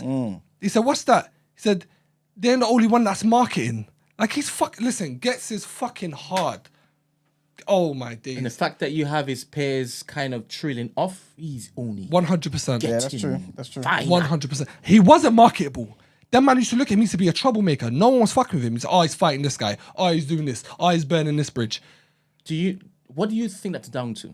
It was him. This could have been a great rotation discussion. What do you think it's down to? Ghetts was wild before. Ghetts wasn't. Ghetts does whatever he wants whenever he does it. You mean his activities outside of the booth? It was inside and outside when he was on Westwood with Jammer and Temper T, and them man were trying to like strong arm him, and he was like, nah. He was like, how long we got left? West was like, oh, we got like 30 seconds. He was like, no, he just started spitting, and Jammer was like, no, shut up. He doesn't care who's with. He outbars everyone. You got man was like, it's a lot. I saw you man borrow that from Josh, and them man were all getting pissed off. Ghetts is the truth. Ghetts through all eras. Ghetts when he was super mager and he was like, his teeth were not ideal, but he was spitting crazy bars. Like, bruv, Ghetts is the truth, man. Ghetts is the truth, bruv. So what do you think has changed now that he's marketable? Because he's a handsome mother effer now, right? He can take pictures and video now, right? He's honed in on and he's gone to the gym, right? So he's groomed himself better. What did he say? He said, man, there's a bar he said about that. He said, you put a beard on, that beard changed everything. Okay. What did he say? I don't know if the girlies would agree, but Ghetts might be up there now with the Skeptors and that. No, he's better than Skepta. Don't do that. I love Skepta. What did I just say? Man, what did I say? You said he's up there Man, with wait, Skepta. wait, calm down. He's talking about. Can't talk. Go on, man, help me. He's talking about Help in me, help terms him. of appearance. Oh, for the girls, okay. I was about to say. I love Skepta as well. Skepta's got hard bars as well. Skepta's hard. Man said I'm a temple tourer, champagne pourer, Winchmore warrior, class A courier, Grime Okay. Scene ambassador, dupping maker, 4-4 savior, Ali Pali jungle raver. Get me free entry ticket with a Bora, fresh haircut with a side party. There we go. JW JW says bed, gym, and teeth. Transformative. Yeah. Transformative. Yeah. Because in my mind, has he really changed any? His The temperament beats has. changed a His bit, to temperament be honest. has. His temperament has. His temperament? Yeah. You mean, I don't think his temperament changed. He said it in the song. Wait, He said, wait. I'm at a point in my life now. wait. I don't need to beef you, lot. Wait, this is it. The actions outside of the booth, cool. But how do you gauge his temperament in the booth? Oh, Does he right. go No, I meant squash outside. earth? I meant outside. Precisely. So he's like, yeah, let me cool down a bit. Let me cool down a bit. But it should be studied. Because Bro. a type of fella like him, you don't see him getting worse. No. He's at the point where I'm only beginning to because now you're listening. Yeah. There's a Now reason you're why I got listening. that. Now you're even looking. You know he's walking around. Yeah. He's filled out his clothes a bit more. Yeah. He's wearing proper threads. But he doesn't need that. My man can Don't spit bars, do bro. that. Don't do that. You talked about marketability. No, you talked about that. No, that was to do with his attitude. I don't care about the way he looks. His attitude was crazy. You know they're intertwined. You do know that, right? It's important that you have an aesthetically pleasing look if it is that you're going to be paraded in the media circles. 100%. And he I guess he knows that. Because he's not got a stylist. He's got a stylist. Has he said he got a stylist? Does it look like he has a stylist in my I think he said he hasn't. And it's all his decisions. Oh, Noreen says handsome is stretching. What are we saying? He's handsome. Ghetts. Put him next to your face. Go on. Ain't got picture of him. Ain't got picture of him. Like, Bro, listen, this album. Where's the camera? This album, you don't need to listen to. 100. This is why I got this for the studio. This fucking album is hard, man. Yeah, Ghetts is different, man. Ghetts is different. He's different. But he's even from back in the day, bruv. What are you laughing about? Look at Greek. Look at me, Brandon. Brent must be listening to Ghetts video. See, the weirdest thing is... Prof Kai said, okay, sorry, the pause blanket needs to engulf Brent at this point. the weirdest thing for me is I'm aware of how it might be coming across to people who use that. No, I agree with you. Wait, but I can see how his aesthetic has just elevated. Oh, 100%. Like I guess His videos as well. people could look at him now and be like, all right, let me look at you and take you in. Yeah. For example, on what's that sickle cell? What was it called? Yeah. Nah, it's important for us to get the name right? Because he made a song called Volunteer. What's the movie? Supercell. Supercell. Thank yeah. you very much. Yeah. Supercell. He didn't swear once in that track. No, I'm talking about the movie. He can now be an actor. Oh, right. Right? Mm-hmm. And I can easily see girls be like, all right, cool. He's demon, but that type of venom, I like a bit of that. Bare girls like Ghetts. I'm just talking about looks wise now. No, bare girls like Ghetts. They didn't like them before. Have you seen Ghetts before? I've listened to Risky Roads. I got that in my head. Been in the game Keep since talking 2, about 3. listening. Okay. I'm just talking about his marketability from his aesthetic. Okay. All right. The Greek's right, by the way. Anyway, it's not a mature enough room for me to talk about this. The Greek's because right. I just want to talk about music. We're in the fucking rotation, bro. I want to talk about his bars. His bars go crazy. Question: do you think that Skepta and how he's perceived by women helps Yes. with how it is he's marketed? But let's not forget he had a Drake cosign. So that's what propelled him. And Diddy as well, innit? The fuck did he? It doesn't matter. It was Drake. No, I think it was Diddy. No, it wasn't. It was Drake. You have to go back further. No. What's he talking about? Remember the track? When I had Shutdown. By the time when Drake was coming here begging Thornton Heath, and he was with the Drake's section Drake, boys. Drake's thing was before. Huh? You saying Drake's cosign was before? No, it was around that time. Back when he dropped Shutdown. He dropped Shutdown and then came out with what's that word? What's the song? Section Boys. Yeah. When he came out on stage with Section Boys, Skepta and all them. Yeah. Drake propelled Skepta's trajectory. Yeah, Then. but before that though, Diddy did something as well. No. You don't remember? I'm telling you. Someone in But the chat. he obviously didn't do nothing for him. No, it did. 100%. It did. I can't remember that. It was a while ago. Yeah, I'm pretty sure. Was Diddy even in the video? But Skepta's marketability, he's easily marketable more than Ghetts. And his temperament is a lot is easier to deal with than Ghetts. Out and inside the studio. What are you doing, Brent? What are you doing? What are you doing? What happened? I don't know. Oh my gosh. I remember there were days where I think Ghetts used to look like Keith before Keith started going to the gym and he got a beard and whatnot. Who's Keith? Keith Dubé. He used to be a part of 3 Shots Tequila. Oh, okay. Yeah. But let me just stress the point because apparently I'm making people feel uncomfortable. Me saying Why? that his aesthetics basically increased his likability. Yeah. But anyway. You know, I don't know shit. That's fine. Yeah. So yeah, 4. Wait, hold on, Ed. Why Ed just likes to debate, bruv? What do you say? Konnichiwa was an amazing album, Ed. That is correct. No, but say he what was. Ed said for the audio listeners. Oh, okay. Konnichiwa is what took Skep to the next musically. Yes, but we would be ignorant to neglect the fact that Drake. What are you laughing at, man? We would be ignorant to the fact that Drake propelled him up to the ability to do Konnichiwa. We'll be dumb in thinking otherwise. Let's not. Come on, Ed. Come on, bro. And I like Skepta.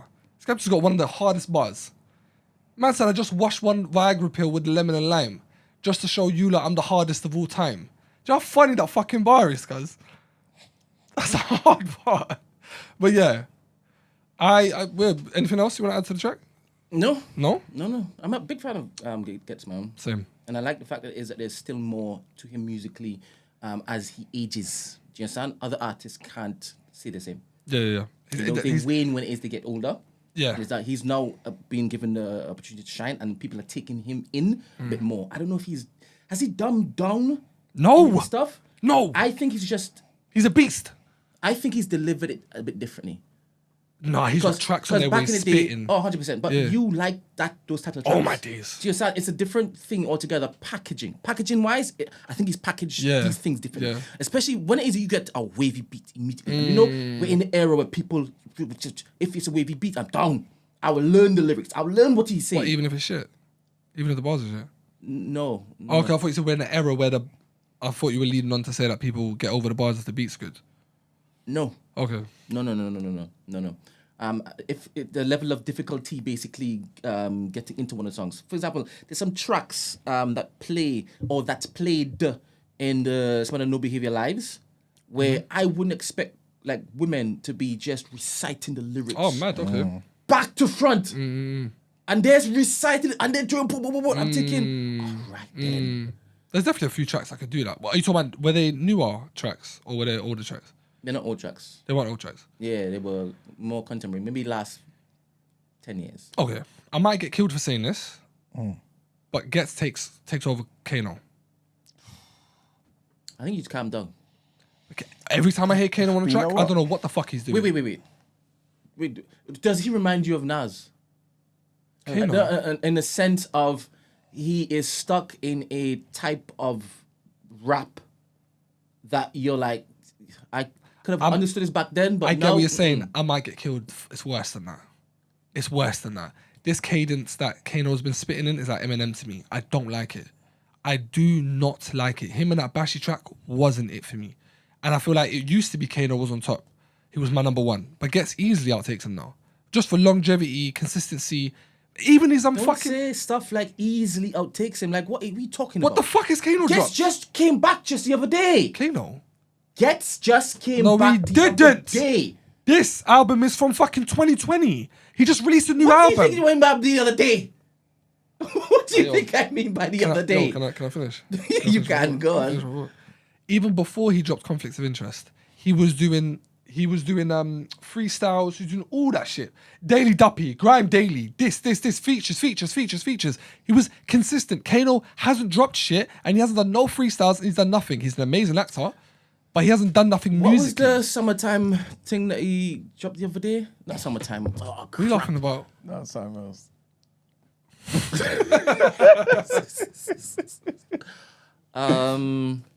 Kano's last album. Let me ask you. 2019. Hold on. Hoodies or Summer? Who the fuck's talking about the album? No. You. No, stop. No. Even hold on. ask Even if the we're question, talking, stop. even if we're talking about consistency, say he did drop in 2019. You lot are telling me because people in the chat now talking shit. No, don't Wait, say hold on, that. stop. It's just a difference None of opinion, you right? lot can tell me Kano at this very moment is a better rapper than Ghetts. I can basically make No the one. argument. I need to move. Not off the why- back of work done currently, so that you win that. Because only Ghetts is putting out stuff. He can't rap like Ghetts right now. He can't. Again, I can make the argument. One would, I guess I could understand you saying it's hard for you to entertain my argument because you haven't heard anything from Hoodies Kano or in a Summer while. was shit. I don't give a fuck what anyone said. I remember the album was crap. Sorry.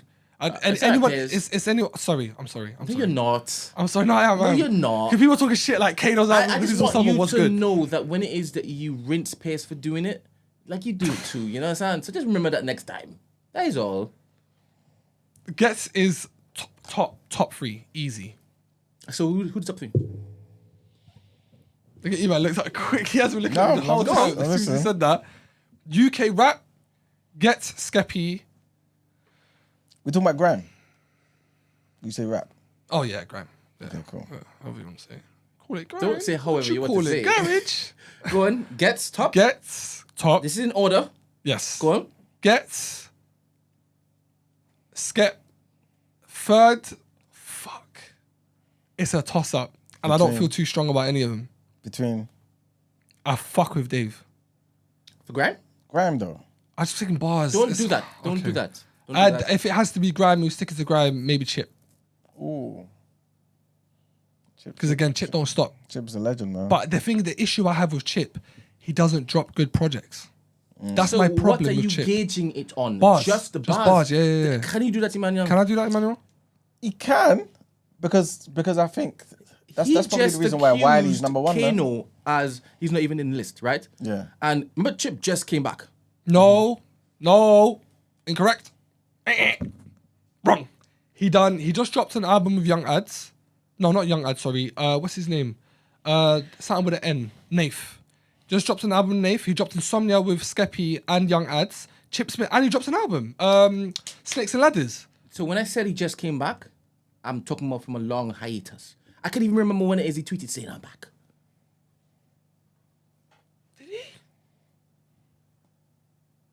If he's back, Kano is fucking sleeping. Well, Okay. this is the metric in which is your rating from. I remember I Okay. also just said that Ghetts recently came back also. He came back on the scene and this is my new look. Here we go. That was my take on it. Because I wasn't hearing him for a decade? Or large parts of a I decade. can't give you 100%. years. Yeah. But maybe my issue is when you're finally made your return, if it's as strong as what Ghetts has done, then I'm like, fuck. It's like, alright. And that's why I said it needs to be studied. His ascension, where he is now, I'm not seeing anybody else who is delivering That what quality, he's delivering yeah. at the level in which Yeah. he's delivering. But that. even like the aesthetics, like the music videos done with Moonchild. Now you're talking about aesthetics. No, okay. No, I meant the music videos, the art. He had a certain art direction with conflicts of interest. You Yeah. know, he's drawn. It was all hand drawn. Yep. And it cut from the video to the cartoon. Yeah, I think that song with JK, like it was. But yeah, what are you saying though? What about you? You didn't give us your free. I'll be honest with you, man. I may need to update mine because I'm still stuck with the Holy Trinity, man. Wiley, Dizzy, and Kano. You said Dizzy? 100%. Grime. Grime. Christ. Bars wise, what bonkers? What? You know, he's still talking about his footprint. That's disrespect. Is what? He's talking about Bonkers. boy in the corner. That's one of the most That's your taste, man. groundbreaking. He's stuck That's your in taste. then. That's your No, taste. it's still about ability because Wiley was there during Dizzy's time. Wait, hold on. Kano was Apparently, there I'm too. getting cooked in the chat. Yeah, you Aye, are. Timmy, It's a wild take you basically saying Timmy, what call you're up, bruv. Call up. Man said put me on done out here. You lot are saying Kano's better than Ghetts now. Is that what you lot are saying? Babiel's right. Ghetts albums are not necessarily grime. That's true. I guess so, yeah. But yet you basically put him there as the grime savior. I never said that. You put him first. What? Ghetts bars wise is better than Kano. I don't know how this is an argument. You man are stuck on Home Sweet Home. He hasn't dropped an album that's better than Home Sweet Home. It's a point. You Method- saying that I'm stuck on Home Sweet Home. Method to the Has Madness. he dropped something better than Home Sweet Home? God, cause confusion again in the chat. God, say yes. 3 times over. Go on. Say what you want to say. Let me go for home team. You don't need to, I bro. have to. Yo, all right, man. All right, minute. I gotta go. We have to carry this on another time. Yes. All right. Last headlines. Mm-hmm.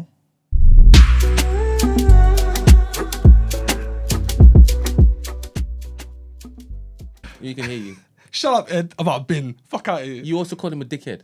Yeah. All right. But you left that out. I call everyone dickhead. I've called Ed a dickhead to his face 100 times. You're so rude, you know. Nah, come on, man. Guess who's back in the news? Boris Johnson's back, man. And the BBC has cancelled the interview with Boris Johnson after the presenter, Laura Kuenssberg, accidentally sent the former Prime Minister her briefing notes. So, yeah, man, she sent Mr. Johnson the notes and in a message meant for her team. And in a post on X on Wednesday evening, Miss Kuenssberg wrote... Kuenssberg wrote, while prepping to interview Boris Johnson tomorrow, by mistake, I sent out briefing notes to him in a message meant for my team. That obviously means it's not right for the interview to go ahead. It's very frustrating and there's no point pretending it's anything other than embarrassing and disappointing, as there are plenty of important questions to be asked. Is it that big a deal, though? Just let him... I mean, obviously he's got the heads up, but just still ask him the questions, man. Anyway, next headline, and Lauryn Hill's being sued by her Fugees core member, Pras Michél. What? Michél. You know Pras? Yeah, Pras. Yeah. The only one that isn't problematic. Isn't? Ain't he the FBI informant? I guess it's relative, isn't it? It's very problematic to What the black community. Wyclef done to Haiti needs to be investigated. I mean... Let's not get that fucked up. Anyway, so Pras, who co-founded Fugees, claims that the singer's arrogance and narcissistic tendencies helped to sabotage their cancelled comeback tour. This guy's just broke, that's right. In a lawsuit filed in New York and obtained by Variety, the complaint claims that the 2023 tour would have been a huge commercial success given advanced sales, but Hill controlled the tour budget, which was bloated with unnecessary and most likely fictitious expenses. Wow. Hill was described as using it as a veiled and devious attempt to make money for herself, refusing an audit. In November 2023, some of the dates had been postponed due to Lauryn Hill's serious vocal strain, and then the 2024 tour was aborted due to gross mismanagement. The lawsuit also claimed that the Fugees had been offered $5 million to play Coachella, but Hill turned it down when she realized they would not be at the top of the bill. And the last headline, we have to big up a legend. And one of the last surviving passengers of the Empire Windrush has died, aged 98 years old. R.I.P., man. Alford Gardner passed away on Tuesday, according to his son Howard. It's understood that the Leeds resident had been unwell for some time and passed away after being diagnosed with bowel cancer. He was born in Jamaica in 1926. Mr. Gardner volunteered for the Royal Air Force. As a teenager, he served as an engineer and mechanic during World War II after travelling to the UK. His death has sparked an outpouring of online tributes. The campaigner, Patrick Vernon, said that one of the last Empire Windrush passengers has gone to the ancestors. Alfred was always full of hope and aspiration. He was one of the 10 trailblazers of the early Windrush generation, whose portraits were commissioned by King Charles as part of the Royal Collection in 2023. Finding Home, a Windrush story, which is Mr. Gardner's memoir, which he co-authored with his son Howard, was also published last year. In February, Mr. Gardner received the Leeds Award in the ceremony at the Civic Hall as recognition for his contribution to the city. R.I.P. And that's it for our headlines. Time to pay them bills. And let's quickly go into the reaction.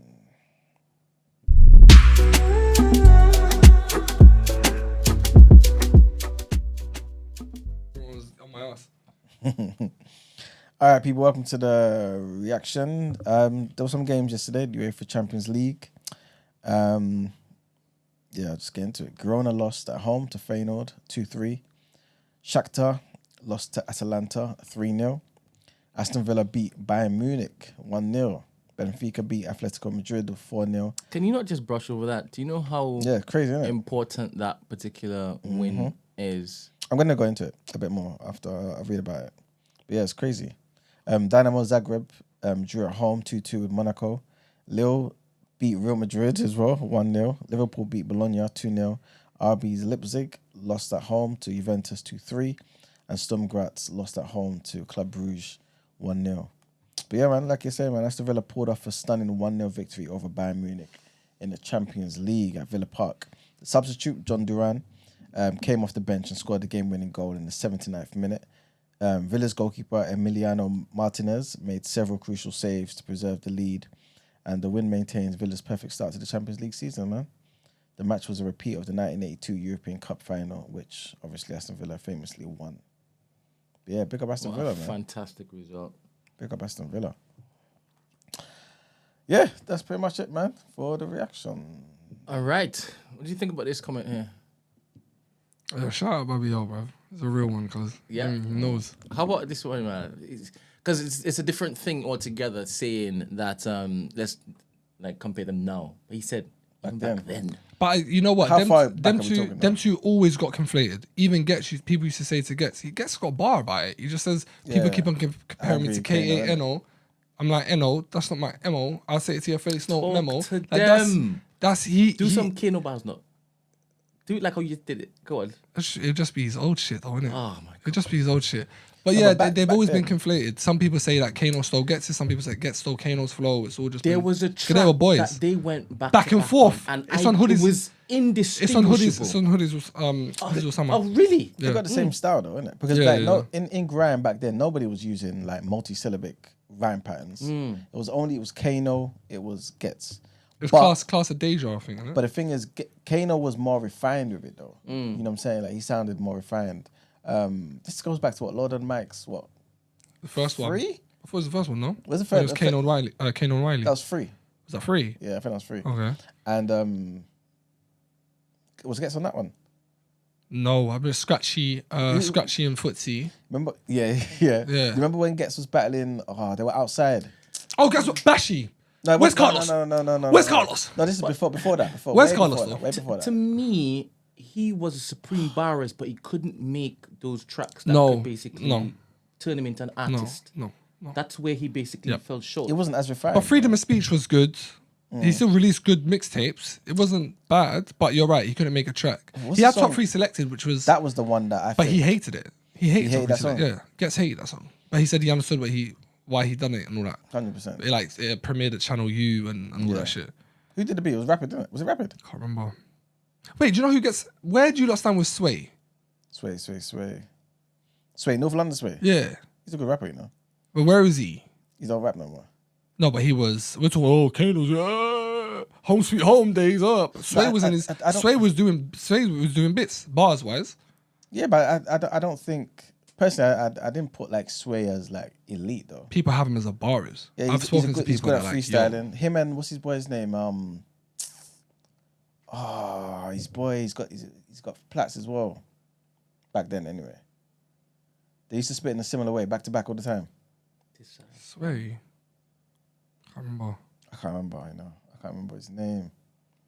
Can't remember. But they're both good rappers, man. Yeah, yeah. Remember SAS as well? A lot of people, there was a lot of good rappers back then, to be fair. Remember SAS though? No, not really. Serious? Yeah. SAS, they got signed to Dipset, I believe. Yeah, they did a freestyle of a special delivery back in the day. Oh, okay. Classic. Yeah. Classic. Yeah, 100%. I guess with them though, like they did spend a lot of time in America, if I'm not mistaken. Oh, okay. But they got like the American Yeah, accent. So that's yeah, kind yeah. of what I think kind of held them back a bit. But they were sick rappers though. Yeah. Anyway, let's go into our wrap up, innit?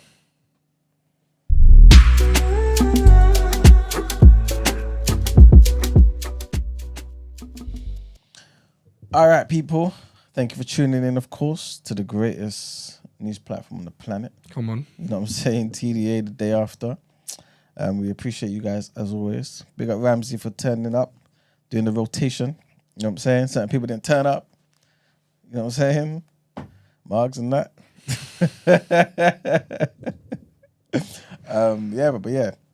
Today obviously we spoke about a lot today, to be fair.